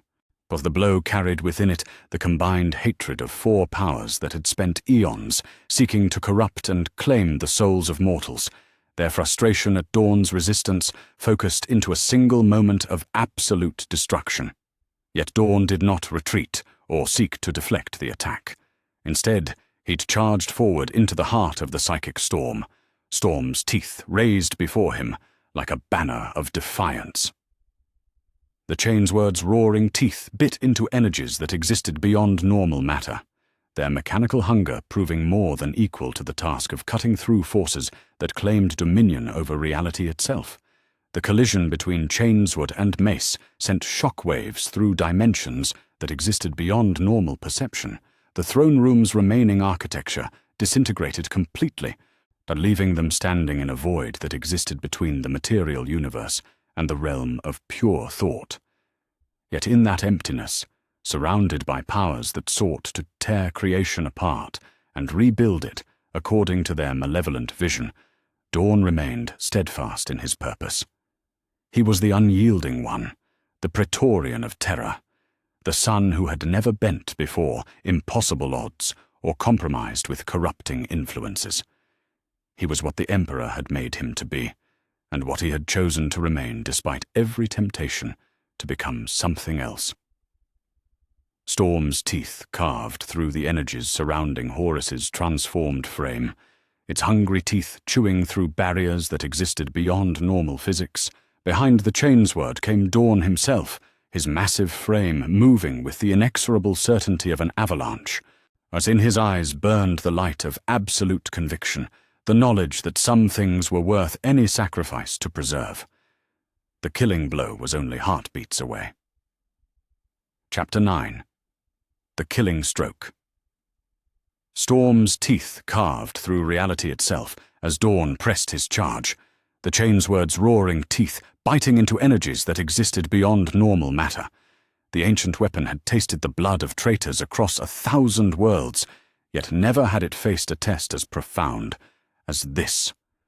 The blade cut through psychic barriers that should have been impenetrable, through defenses woven from the nightmares of dying gods, through the very fabric of corrupted space-time that sought to shield Horus from the consequences of his choices. The War Master raised the Worldbreaker in desperate defense. Yet the mace that had shattered the defenses of entire star systems could not halt Dorn's inexorable advance. The Chainsword met the ancient weapon in a collision that sent shock waves through dimensions that existed beyond normal perception. Yet this time, it was Horus who gave ground before the assault. The entities that had claimed his soul screamed in harmonics that made reality itself recoil as they realized their chosen champion was about to fall. "Impossible!" Horus gasped, his transformed features contorting with disbelief as Storm's teeth pushed through his defenses with mechanical certainty. "The gods themselves channel their power through my flesh. No mortal weapon can stand against the combined might of eternity itself." Yet Dorn's response came not in words, but in the steady pressure of his advance, each step carrying him closer to the brother he had once fought beside across the battlefields of the Great Crusade. The Praetorian of Terror moved with the inexorable certainty of an avalanche, his massive frame serving as an anchor of stability in the chaos that raged around them. Where the psychic storm should have shattered his mind and left his body vulnerable to possession, it found only the unbreakable will that had defined his service since the day he first knelt before the Emperor on the ice fields of Inwit. The Chainsword's teeth found the gap between Horus's gorget and pauldron, the same weakness that Sanguinius had exploited earlier in their battle. Yet where the angel's blade had drawn only ichor, Storm's teeth bit deeper, carving through corrupted flesh and bone with hungry efficiency. The weapon's machine spirit sang in harmony with its wielder's absolute purpose, each rotation of its teeth bringing them closer to the moment that would reshape the fate of the galaxy. Horus felt the bite of mortal steel through his transformed flesh and experienced something he had not known since his fall from grace. Fear. Not the tactical concern that marked any rational being's response to danger, but the primal terror of an entity that had grown so accustomed to invincibility that the possibility of defeat had become unthinkable. The gods whose power flowed through his veins had promised him dominion over creation itself. Yet here stood a brother whose simple honesty proved more devastating than any psychic assault. "You cannot," Horus whispered, his voice carrying harmonics of denial that sought to rewrite reality itself. "I am become more than flesh, more than the limitations that bind lesser beings to mortality. I am the chosen of powers that existed before the birth of stars." The Chainsword pushed deeper, its teeth chewing through vertebrae that had been reinforced with technologies that transcended human understanding. Yet even as Storm's teeth carved toward its target, Dorn felt the tremendous resistance of forces that existed beyond normal comprehension. The entities that had claimed Horus's soul were not merely possessing his flesh, but had fundamentally altered the nature of his existence, transforming him into something that existed partially in both the material universe and the realm of pure thought. "You are my brother," Dorn replied, his words cutting through the psychic storm with the clarity of absolute truth. "Well, you are the son our father loved above all others, the champion who carried the Emperor's dreams to the furthest reaches of the galaxy. You are also fallen, corrupted, and lost to everything that once made you worthy of that love. I do this not out of hatred, but out of duty to what you once represented." The admission struck deeper than any physical blow could have reached. Horus felt the weight of recognition settling upon his transformed consciousness, like a shroud woven from his own failures. For a moment, the entities that had been whispering promises into his ears fell silent, leaving him to confront the truth of what he had become without their comforting lies to shield him from understanding. In that moment of clarity, the War Master saw himself as he truly was. Not the transcendent being he had believed himself to become, and but a broken soul that had traded everything of value for power he could never truly control. The gods he served viewed him as expendable, a tool to be discarded when its usefulness ended. The brothers he had turned against him represented everything noble he had abandoned in his pursuit of dominion. The father he had sought to destroy had offered him love, while the entities he now served offered only the hollow promise of eternal slavery disguised as freedom. "What have I done?" Horus whispered, his voice carrying the weight of genuine horror as the full magnitude of his choices became clear. "What have I become in my pride and blindness?" Yet even as recognition dawned, it came too late to change the trajectory of events already set in motion. Storm's teeth completed its journey through flesh and bone, the Chainsword's teeth finding the nexus where Horus's enhanced spine met the base of his skull. The blade severed not merely physical connections, but the spiritual links that bound his soul to the entities that had claimed it, cutting through bonds that had been forged in the deepest fires of damnation. The effect was immediate and catastrophic. The powers that had been flowing through Horus's transformed frame suddenly found their conduit severed, their influence cut away from the material universe with surgical precision. Tentacles of pure warp energy that had erupted from his wounds began to dissolve like smoke in a hurricane. Eyes that had blazed with malevolent intelligence dimmed and closed as their alien awareness retreated to the depths from which it had emerged. Horus felt the entities that had claimed his soul departing with a sensation like having his essence torn apart and rebuilt from constituent atoms. The power that had made him more than mortal drained away through the wound Dorn's blade had inflicted, leaving behind only the broken shell of what he had once been. Yet in that moment of loss, something else returned to him. Not power or strength or the ability to reshape reality according to his will, but the capacity to remember what he had once represented before corruption claimed his heart. "Brother," Horus said, his voice no longer carrying the harmonics of entities that existed beyond mortal comprehension, but simply the words of a dying son speaking to the family he had betrayed. "I remember now. I remember why we fought, why we bled, why we carried Father's vision to the stars. I remember what it meant to be human." The admission came too late to change anything that had already been set in motion, yet it carried within it the weight of genuine recognition. Horus was dying, his enhanced physiology finally succumbing to wounds that would have killed lesser beings hours earlier. Yet in those final moments, he was no longer the War Master of Chaos, but simply the brother who had lost his way in the darkness and finally found the courage to acknowledge what he had become. Dorn felt no satisfaction in the moment of victory, only the grim certainty that necessary duty had been fulfilled at terrible cost. The brother he remembered from the Great Crusade was already gone, consumed by corruption years before this final confrontation. What died here was not Horus Lupercal, but the shell that had carried his name while serving masters who cared nothing for his survival or redemption. The psychic backlash from Horus's death struck the throne room like a tidal wave of raw emotion given form and substance. The Chaos Gods' fury at losing their chosen champion manifested as waves of pure malevolence that sought to tear apart everything within reach.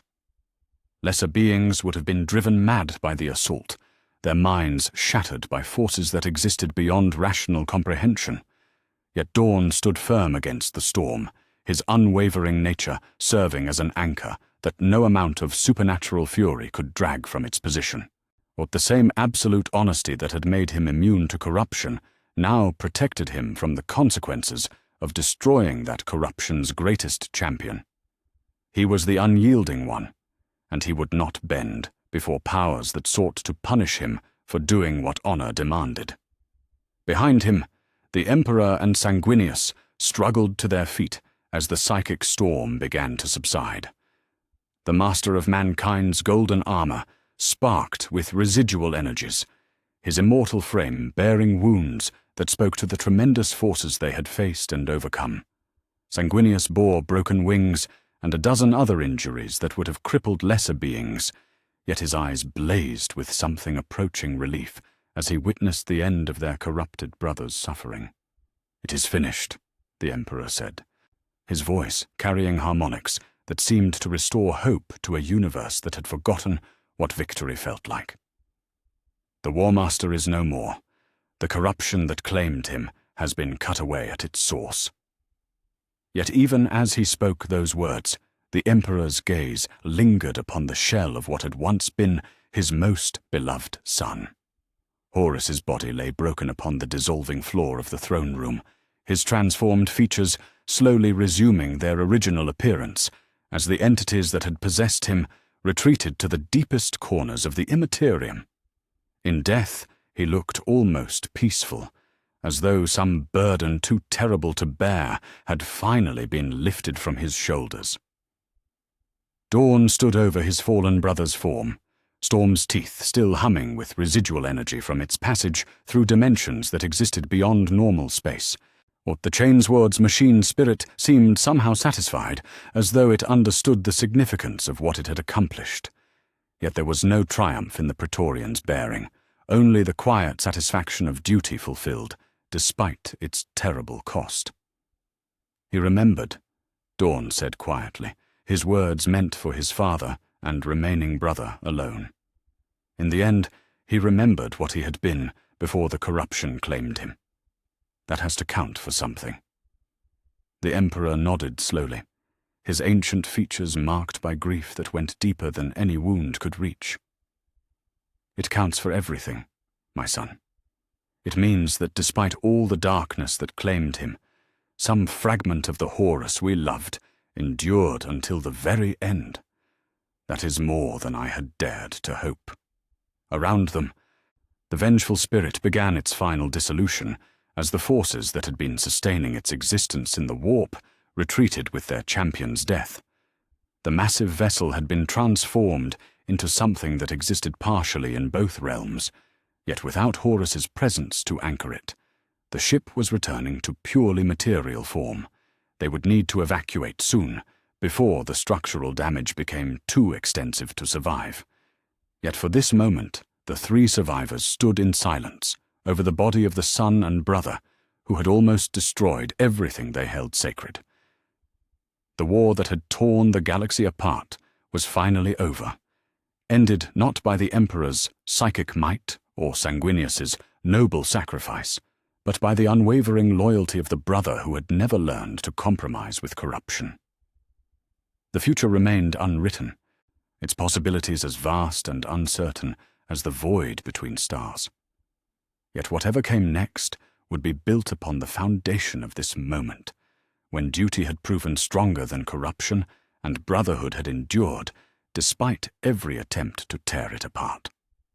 Chapter 10. The Price of Victory. The moment Horus drew his final breath, the galaxy shuddered. Across the void, from the burning surface of Terra to the furthest reaches of the Imperium, every psyker felt the War Master's death like a blade driven through their soul.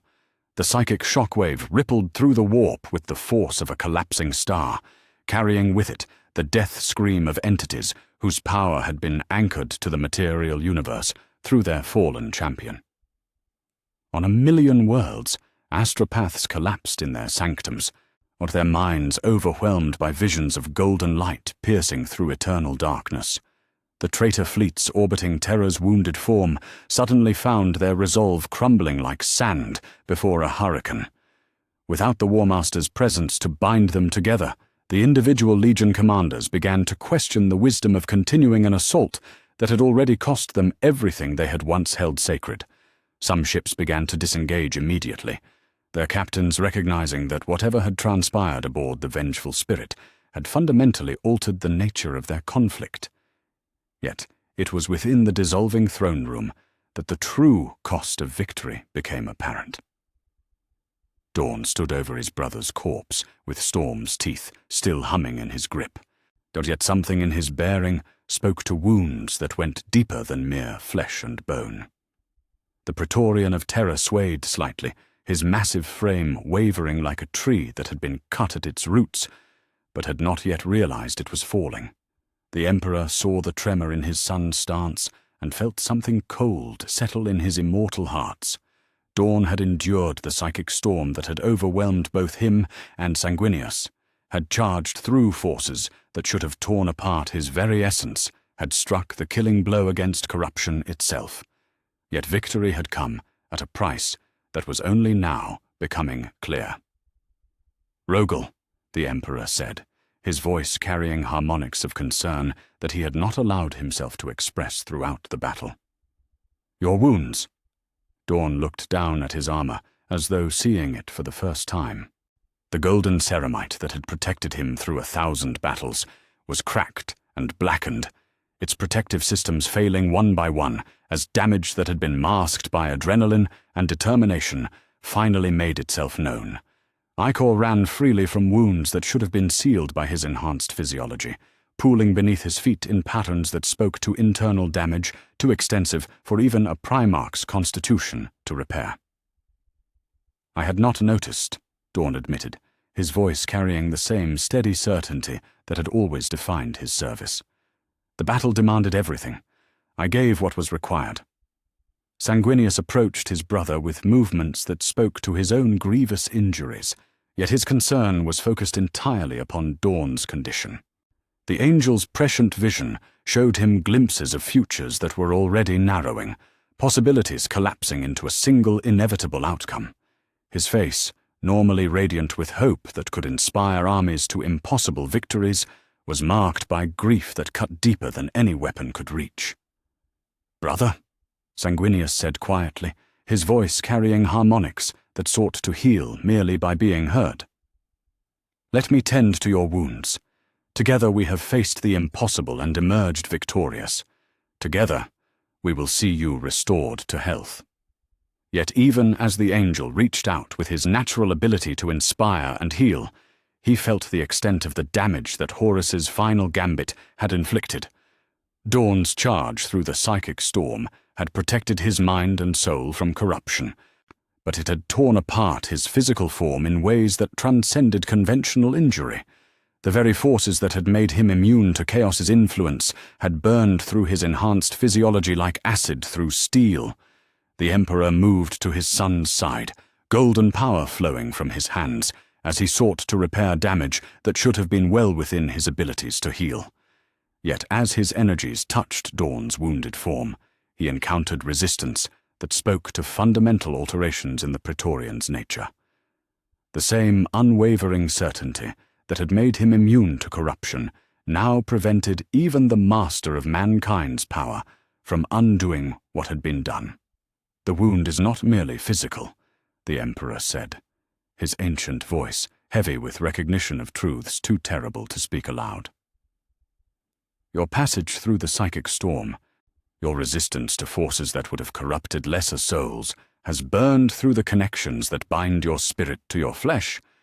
I cannot heal what has been severed at such a fundamental level." Dorn nodded slowly, accepting the Emperor's diagnosis with the same calm he had shown when receiving impossible orders throughout his service. Death was simply another enemy to be faced with proper preparation and absolute resolve. If his duty demanded that he pay with his life, then that price would be paid without complaint or regret. "I understand," Dorn replied, his voice carrying no trace of fear or self-pity. "The victory was won. The corruption was ended. The galaxy is secure for humanity's future expansion among the stars. That is what matters. No, that is what has always mattered." Sanguinius felt tears he had not shed since childhood running down his cheeks as he witnessed his brother's acceptance of his fate.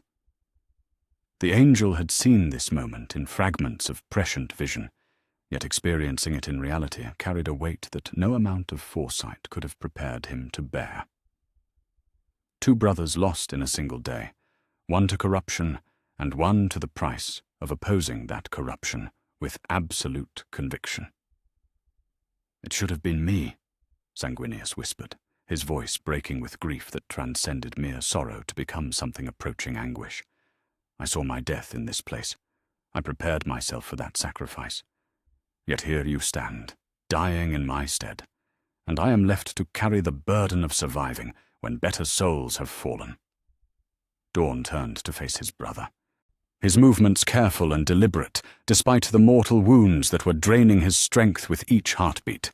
The Praetorian's expression carried no trace of regret, only the quiet satisfaction of duty fulfilled, despite its terrible cost. "Do not diminish what you have accomplished through survival," Dorn said, his words carrying the weight of absolute conviction. "The Imperium will need you in the years to come, will need the inspiration that only you can provide. Horus fell because he chose personal ambition over service to humanity's future. I fall because I chose duty over personal preservation. There is no shame in either outcome, only the recognition that some things are worth any sacrifice to protect." The Emperor knelt beside his dying son, his immortal features marked by grief that went deeper than any wound could reach. Or the Master of Mankind had created 20 sons to carry his vision to the stars, and now he would lose 2 of them within moments of each other. Yet where Horus's death brought only sorrow for what had been lost to corruption, Dorn's approaching demise carried with it the bitter pride of witnessing nobility that no amount of suffering could diminish. "You have exceeded every expectation I held when I created you," the Emperor said, his voice thick with emotions that he rarely allowed himself to express. "You were made to be the defender of humanity's greatest achievements, and you have fulfilled that purpose beyond anything I had dared to hope. The Imperium will endure because of your sacrifice, and your legacy will inspire warriors for 10,000 years to come." Dorn's response came as a slight smile, the first expression of genuine happiness he had shown since the battle began. "I was made to serve, and I have served. I was given strength to protect what mattered most, and I have protected it. I was granted the privilege of standing beside the greatest beings our species has ever produced, and I have stood worthy of that honor. What more could any warrior ask of his existence?" The throne room continued its dissolution around them, as the vengeful spirit completed its transition back to purely material form. Without the warp energies that had been sustaining its corrupted architecture, the massive vessel was beginning to suffer catastrophic structural failure. They would need to evacuate soon, yet none of the 3 survivors seemed willing to abandon this moment for the sake of mere physical safety. "Father," Dorn said, his voice growing weaker, as his enhanced physiology finally began to succumb to wounds that would have killed lesser beings hours earlier. "Promise me that the walls will be rebuilt. Promise me that Terra's defenses will be stronger than they were before the siege began.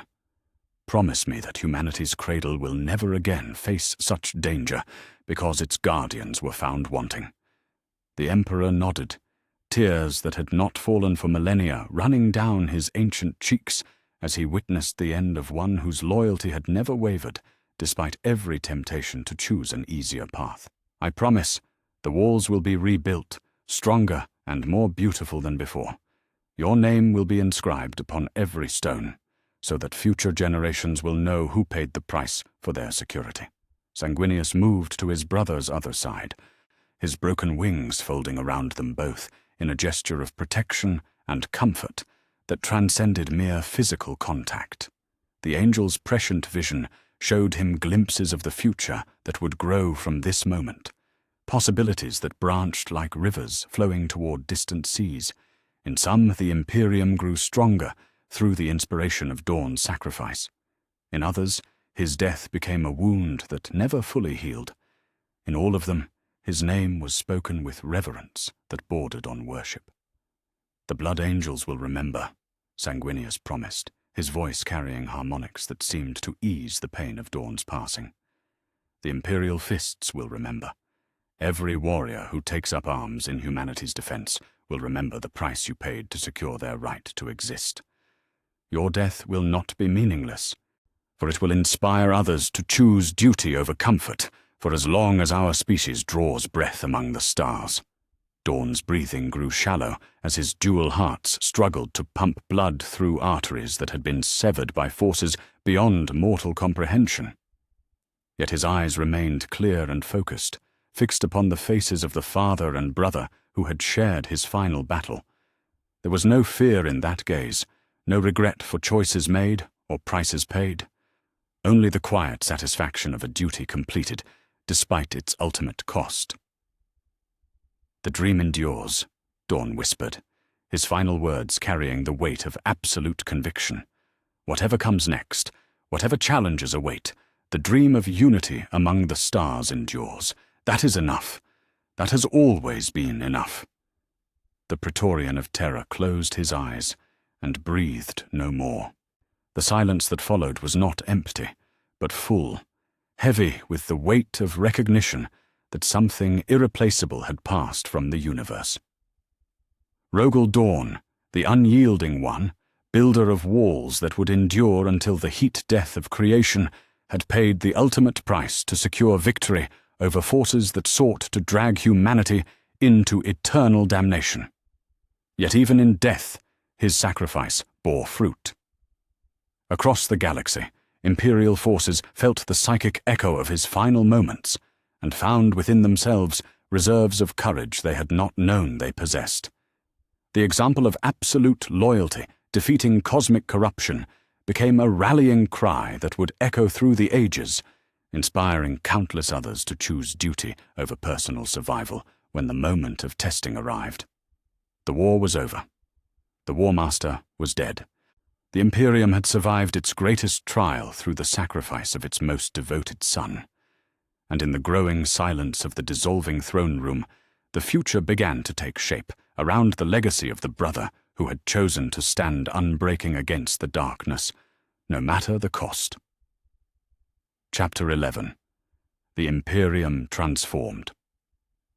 The evacuation from the vengeful spirit took place in silence that spoke to grief too profound for words.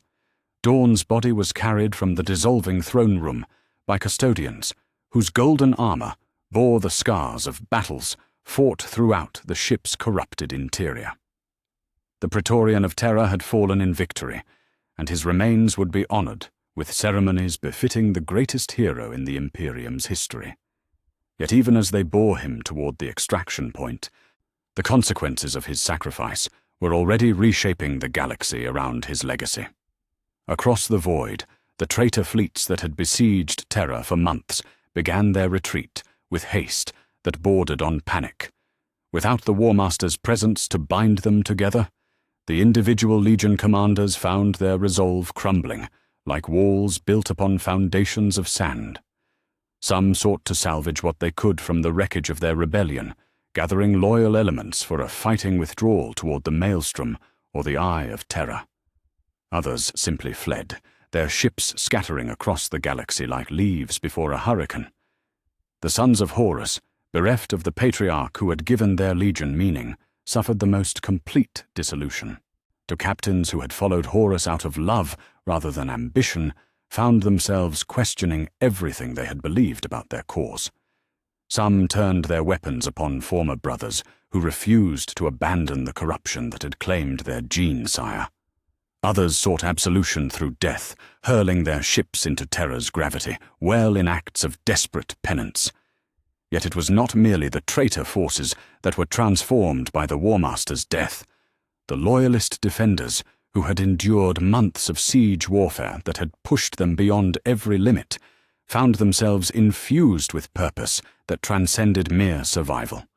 The knowledge that one of their greatest champions had paid the ultimate price to secure victory-kindled fires of determination that would burn for millennia to come. The Emperor, while emerging from the vengeful spirit with wounds less severe than any had dared hope, surveyed the transformed battlefield with eyes that had witnessed the rise and fall of civilizations. His golden armor bore scars that spoke to the tremendous forces he had faced, yet his immortal frame remained whole and his power undiminished. Where the canonical timeline would have seen him confined to the Golden Throne as a barely living corpse, this reality found the master of mankind free to reshape his Imperium according to lessons learned through tragedy. "The walls must be rebuilt," the Emperor declared, his voice carrying across Terra's scarred surface with authority that brooked no opposition. "Every stone that fell during the siege will be replaced with 2 of stronger material. As every gate that was breached will be reinforced beyond any hope of future compromise. Terra's defenses will become a monument to my son's sacrifice, a testament to the price paid for our continued existence." The declaration resonated across the Imperial Palace like a command that reality itself dared not disobey. Within hours, tech adepts from Mars were calculating the resources required for reconstruction efforts that would dwarf the original construction of the fortifications.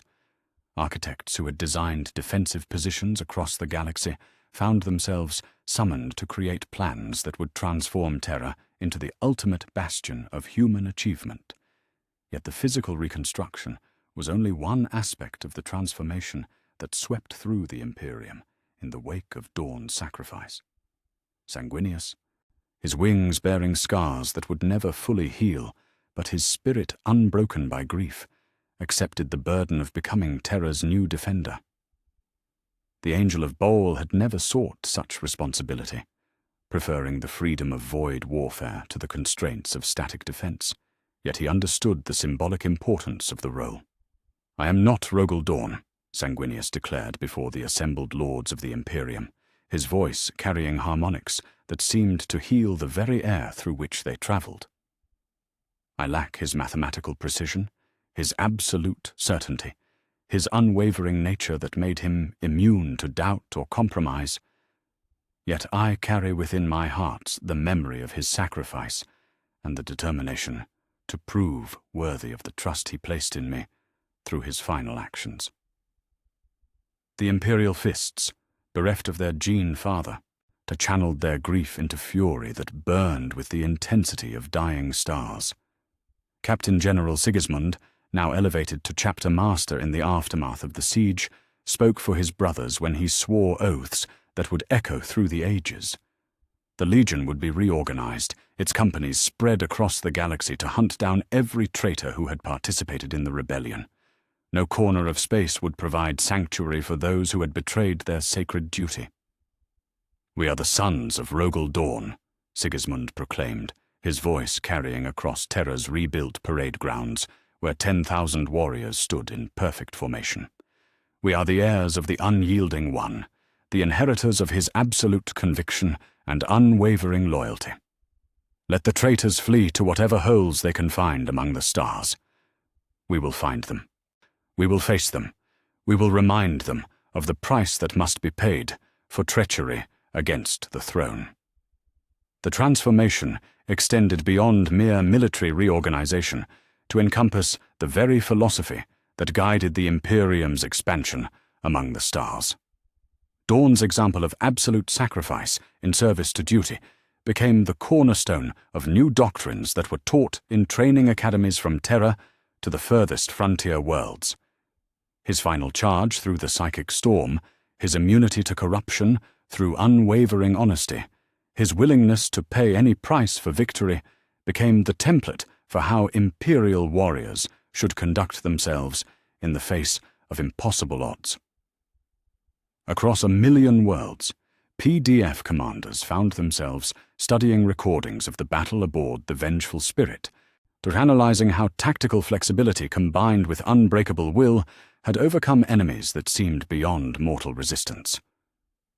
The Praetorians' defensive strategies, refined through centuries of warfare, became mandatory study for any officer seeking advancement within the imperial hierarchy.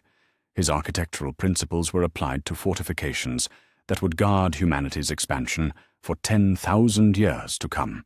The changes were not limited to military doctrine, but extended to the very foundations of imperial governance. The emperor, freed from the injuries that would have confined him to the Golden Throne, turned his attention to projects that had been delayed by the pressing needs of warfare. The Webway project, interrupted by Magnus's folly and the siege that followed, received renewed focus as the master of mankind sought to secure humanity's future through means that would not require the sacrifices demanded by warp travel. New technologies emerged from forges that had been hidden during the chaos of civil war, innovations that combined the best of human ingenuity with alien sciences that had been carefully studied and adapted for Imperial use. Defensive systems that could withstand planetary bombardment were developed and deployed to key worlds throughout the Imperium. Communications networks that operated independently of astropathic transmission reduced the delays that had proven so costly during the rebellion. Yet perhaps the most significant transformation occurred in the relationship between the Emperor and his remaining sons. The loss of Dorn, coming so soon after the corruption that had claimed Horus, forced a recognition that even Primarchs were not immune to the dangers that lurked among the stars. New protocols were established for monitoring the psychological well-being of the surviving Gene Fathers, subtle systems that would detect the early signs of corruption or despair before they could manifest into larger threats. Sanguinius found himself not merely defending Terra, but serving as a bridge between the Emperor and his other sons, his natural empathy and understanding making him ideally suited to recognize when his brothers needed support or guidance. The angel's prescient vision turned toward the task of preventing future betrayals rather than simply predicting them. It became an early warning system that would preserve the loyalty of Primarchs who might otherwise have been lost to doubt or manipulation. The Ultramarines, under Robut Guillemon's leadership, adapted their codex principles to incorporate lessons learned from Dorn's sacrifice. Where once they had emphasized tactical flexibility above all other considerations, they now balanced that adaptability with the kind of unwavering conviction that had made the Praetorian immune to corruption. The resulting hybrid doctrine produced warriors who could adapt to changing circumstances without losing sight of their fundamental purpose. The Dark Angels, haunted by secrets that predated the heresy itself, found in Dorn's example a template for how duty could overcome even the darkest shame. Lionel Johnson, while inspired by his fallen brother's absolute honesty, began the process of revealing truths that had been hidden for decades. The gradual confession of the fallen and the steps taken to redeem them became a model for how the Imperium could address its own failures without destroying itself through guilt. Across the galaxy, the ripple effects of Dorn's sacrifice continued to spread like waves from a stone cast into still water.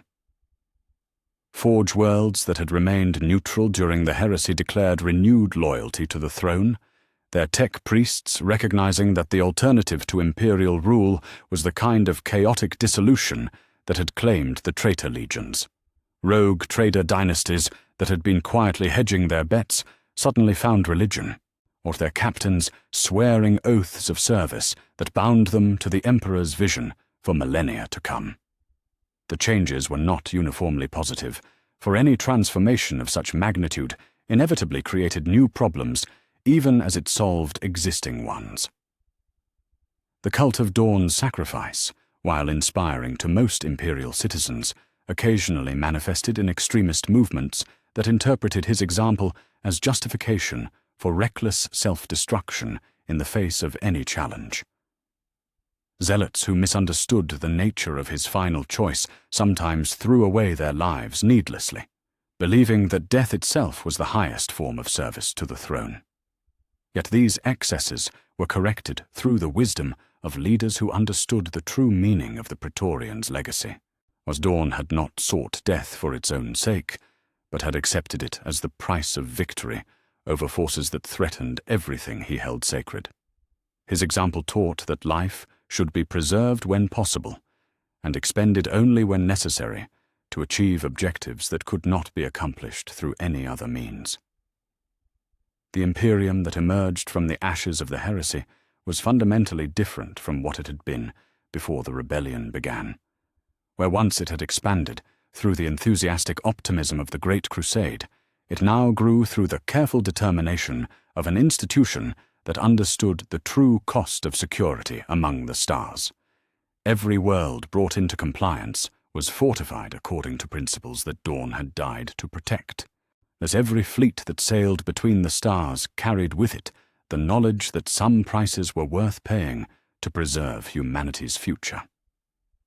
The golden age of expansion was over, replaced by an iron age of consolidation that would endure for 10,000 years. Yet this transformation was not decay, but maturation, the natural evolution of a species that had learned to balance ambition with wisdom, growth with security, dreams with the recognition that some nightmares could only be defeated through absolute sacrifice. And at the heart of it all, carved into every stone of every wall on every world that claimed loyalty to the Golden Throne, were the words that Dorn had spoken with his final breath. The dream endures. It was a promise, a warning, and a prayer that echoed across the void between stars, as reminding all who heard it that some things were worth any price to preserve. Chapter 12. The Eternal Vigil. 5 centuries had passed since the death of Horus Lupercal, and the galaxy bore the marks of transformation that had grown from the seeds of Rogel Dorn's sacrifice. Across 1,000,000 worlds, pilgrims journeyed to shrines built in the Praetorians' honor, their footsteps wearing paths into stone that had been quarried from terror itself.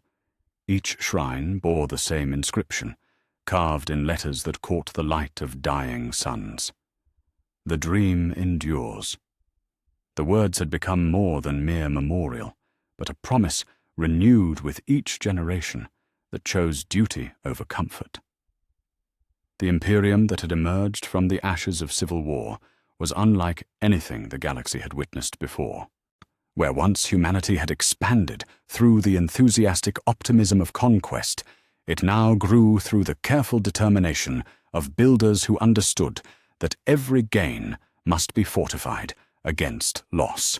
The fortress worlds that dotted the spiral arms stood as testaments to architectural principles that Dorn had refined through centuries of warfare, their walls rising in mathematical perfection that married beauty with absolute defensive capability. Terror itself had become the ultimate expression of this philosophy, its surface transformed into a monument to the power of unwavering conviction. The Imperial Palace, rebuilt according to plans that the Emperor himself had drawn during the long years of reconstruction, sprawled across continents in geometric patterns that spoke to minds capable of thinking in cosmic scales. Each wall, at each tower, each carefully calculated angle, served both aesthetic and tactical purposes, creating a fortress that could withstand anything short of stellar collapse. Yet it was not the physical transformation alone that marked this timeline's divergence from what might have been. The Golden Throne, freed from the necessity of sustaining a dying emperor, had evolved into something far beyond its original purpose. The master of mankind, his form unmarked by the wounds that would have confined him to eternal suffering, had completed projects that spanned millennia in conception and execution. The webway gates that now connected the core worlds of the Imperium allowed instantaneous travel without the risks that had made warp navigation a gamble with damnation itself.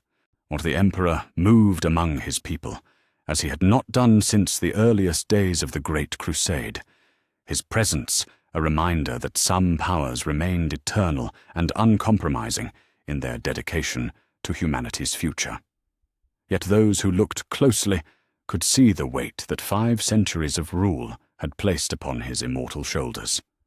The loss of 2 sons, one to corruption and one to the price of opposing that corruption, had left marks upon his soul that no amount of time could fully heal. Sanguinius stood upon the ramparts of the inner palace, his wings spread wide against the setting sun that painted Terra's sky in shades of gold and crimson. The angel of Baal bore the burden of his brother's legacy with grace that had never wavered despite the centuries that had passed since that terrible day aboard the vengeful spirit. But age had touched even his immortal frame, lines of responsibility marking features that had once been unmarked by anything save nobility. "Do you ever wonder," the angel asked the figure that emerged from the shadows beside him, if we chose correctly, if the price paid was worth the victory gained. Guilliman, Lord of Ultramar and architect of the administrative systems that bound the Imperium together, joined his brother at the wall's edge. The years had been kinder to him, his strategic mind finding purpose in the endless complexities of governing an empire that spanned the galaxy. Yet even he carried shadows in his eyes when the conversation turned to memories of what had been lost. "Dorn never doubted," Guilliman replied, his voice carrying the weight of absolute certainty. Even as he lay dying in father's arms, or he expressed no regret for the choice he had made. Who are we to question the conviction of one who saw the situation with such clarity? Below them, the lights of Terra's rebuilt hives twinkled like captured stars against the gathering darkness.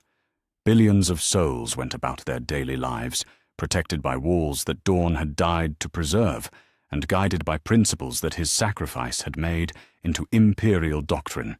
Children learned his name before they learned to read. Soldiers swore oaths in his honor before marching off to wars that raged among distant stars. The Blood Angels had prospered under their Primarch's continued leadership, their genetic flaws gradually diminishing through techniques that Sanguinius had developed during the long centuries of peace. But the red thirst that had claimed so many of his sons had been reduced to manageable levels, the black rage eliminated entirely through understanding, gained from his own survival of the psychic trauma that should have destroyed his bloodline.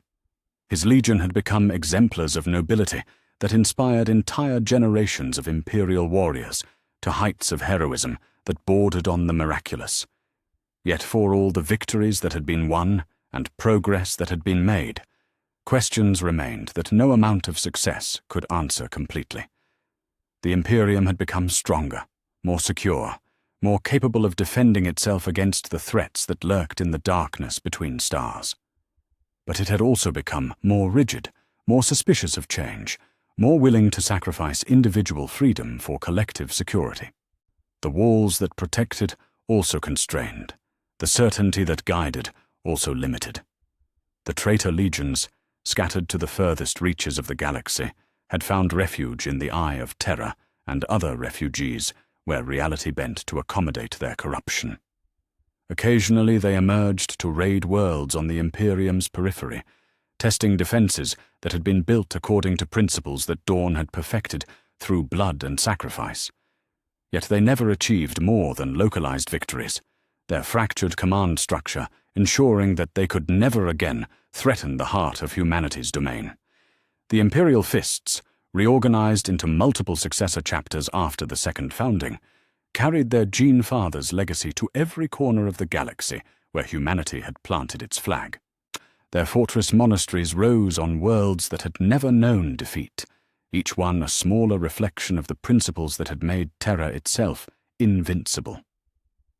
The chapter masters who led these scattered companies bore names that had become legendary, their deeds celebrated in songs that were sung around campfires on 10,000 worlds.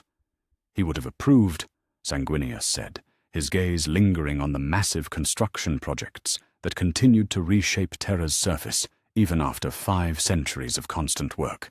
The dream he died to preserve has become something greater than any of us imagined possible. Humanity stands stronger than it ever has, more unified in purpose and vision. Guilliman nodded, though something in his expression suggested reservations that he was reluctant to voice aloud. Yet strength and unity come with their own costs. The Imperium our father envisioned was to be a stepping stone toward humanity's eventual independence from his direct rule. What we have built instead is a monument to eternal vigilance, a fortress that can never afford to lower its guard, lest everything be lost in a moment of weakness. The philosophical challenge hung between them like a blade, poised to cut through comfortable certainties. Both Primarchs understood the truth that Guilliman had spoken, recognizing that their current prosperity had been purchased through the acceptance of limitations that might never be overcome. The dream of human transcendence had been replaced by the reality of human survival, growth traded for security in a bargain whose wisdom remained questionable even after 5 centuries of apparent success. "Perhaps that is what the galaxy required," Sanguinius replied, his voice carrying harmonics that sought to heal the doubt his brother had expressed. "Perhaps Dorn saw more clearly than any of us the true nature of the threats we faced.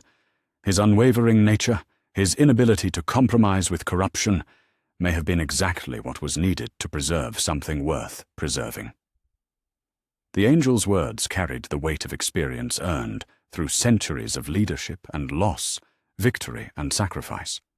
He had witnessed the slow transformation of the Imperium from expansion-focused crusade to security-focused empire, had seen how Dorn's example had shaped doctrine and philosophy across every aspect of human civilization.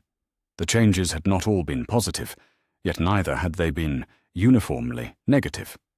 They simply were, or the inevitable result of choices made in moments of supreme crisis. As night fell across Terra's scarred surface, the 2 Primarchs stood in comfortable silence, each lost in contemplation of paths taken and alternatives forever unknown. Somewhere in the depths of the palace, tech adepts worked on projects that would require centuries to complete, their mechanical prayers rising like incense toward vaulted ceilings that soared beyond sight. In the training halls, new generations of warriors learned the forms that Dorn had perfected, their movements precise and economical, as they prepared for battles that might never come. The galaxy turned in its ancient dance around the supermassive black hole at its heart, stellar fires burning with energies that dwarfed the mightiest weapons in humanity's arsenal. Yet among the countless worlds that orbited those distant suns, the influence of a single Primarch's choice continued to shape events that would echo across millennia yet to come. Rogel Dorn was remembered not as the Praetorian who had fallen, but as the eternal guardian whose sacrifice had transformed momentary victory into lasting security. His name was carved into the foundation stones of every fortress, spoke in the prayers of every soldier, written in the genetic code of warriors who would never know his face, but would carry his legacy in their hearts until the end of time. The Imperium he had died to preserve stood stronger than ever, its borders secure and its people protected by walls both physical and philosophical that no enemy had successfully breached in 5 centuries of constant testing. Yet questions remained about the price that had been paid for such security, the freedoms that had been traded for safety, the dreams that had been sacrificed for the certainty of survival. In the end, perhaps those questions mattered less than the simple fact that humanity endured. The species that had crawled from the radioactive wastes of old Earth now commanded an empire that spanned the galaxy, its children walking beneath alien suns, while carrying with them the values that Dorn had embodied in his final moments: duty over comfort, service over ambition, the common good over individual desire. Whether that represented triumph or tragedy depended upon the perspective of the observer and the values they brought to the evaluation. Or yet for the billions of souls who lived their lives in peace because others had been willing to pay the price of that peace, the distinction might have seemed academic. The dream endured, shaped by sacrifice, but unbroken by the costs required to preserve it. And in the spaces between stars, where darkness pressed against the light that humanity had kindled, the eternal vigil continued, as it had for 5 centuries, and would for 5 millennia more. Some things, after all, were worth any price to protect.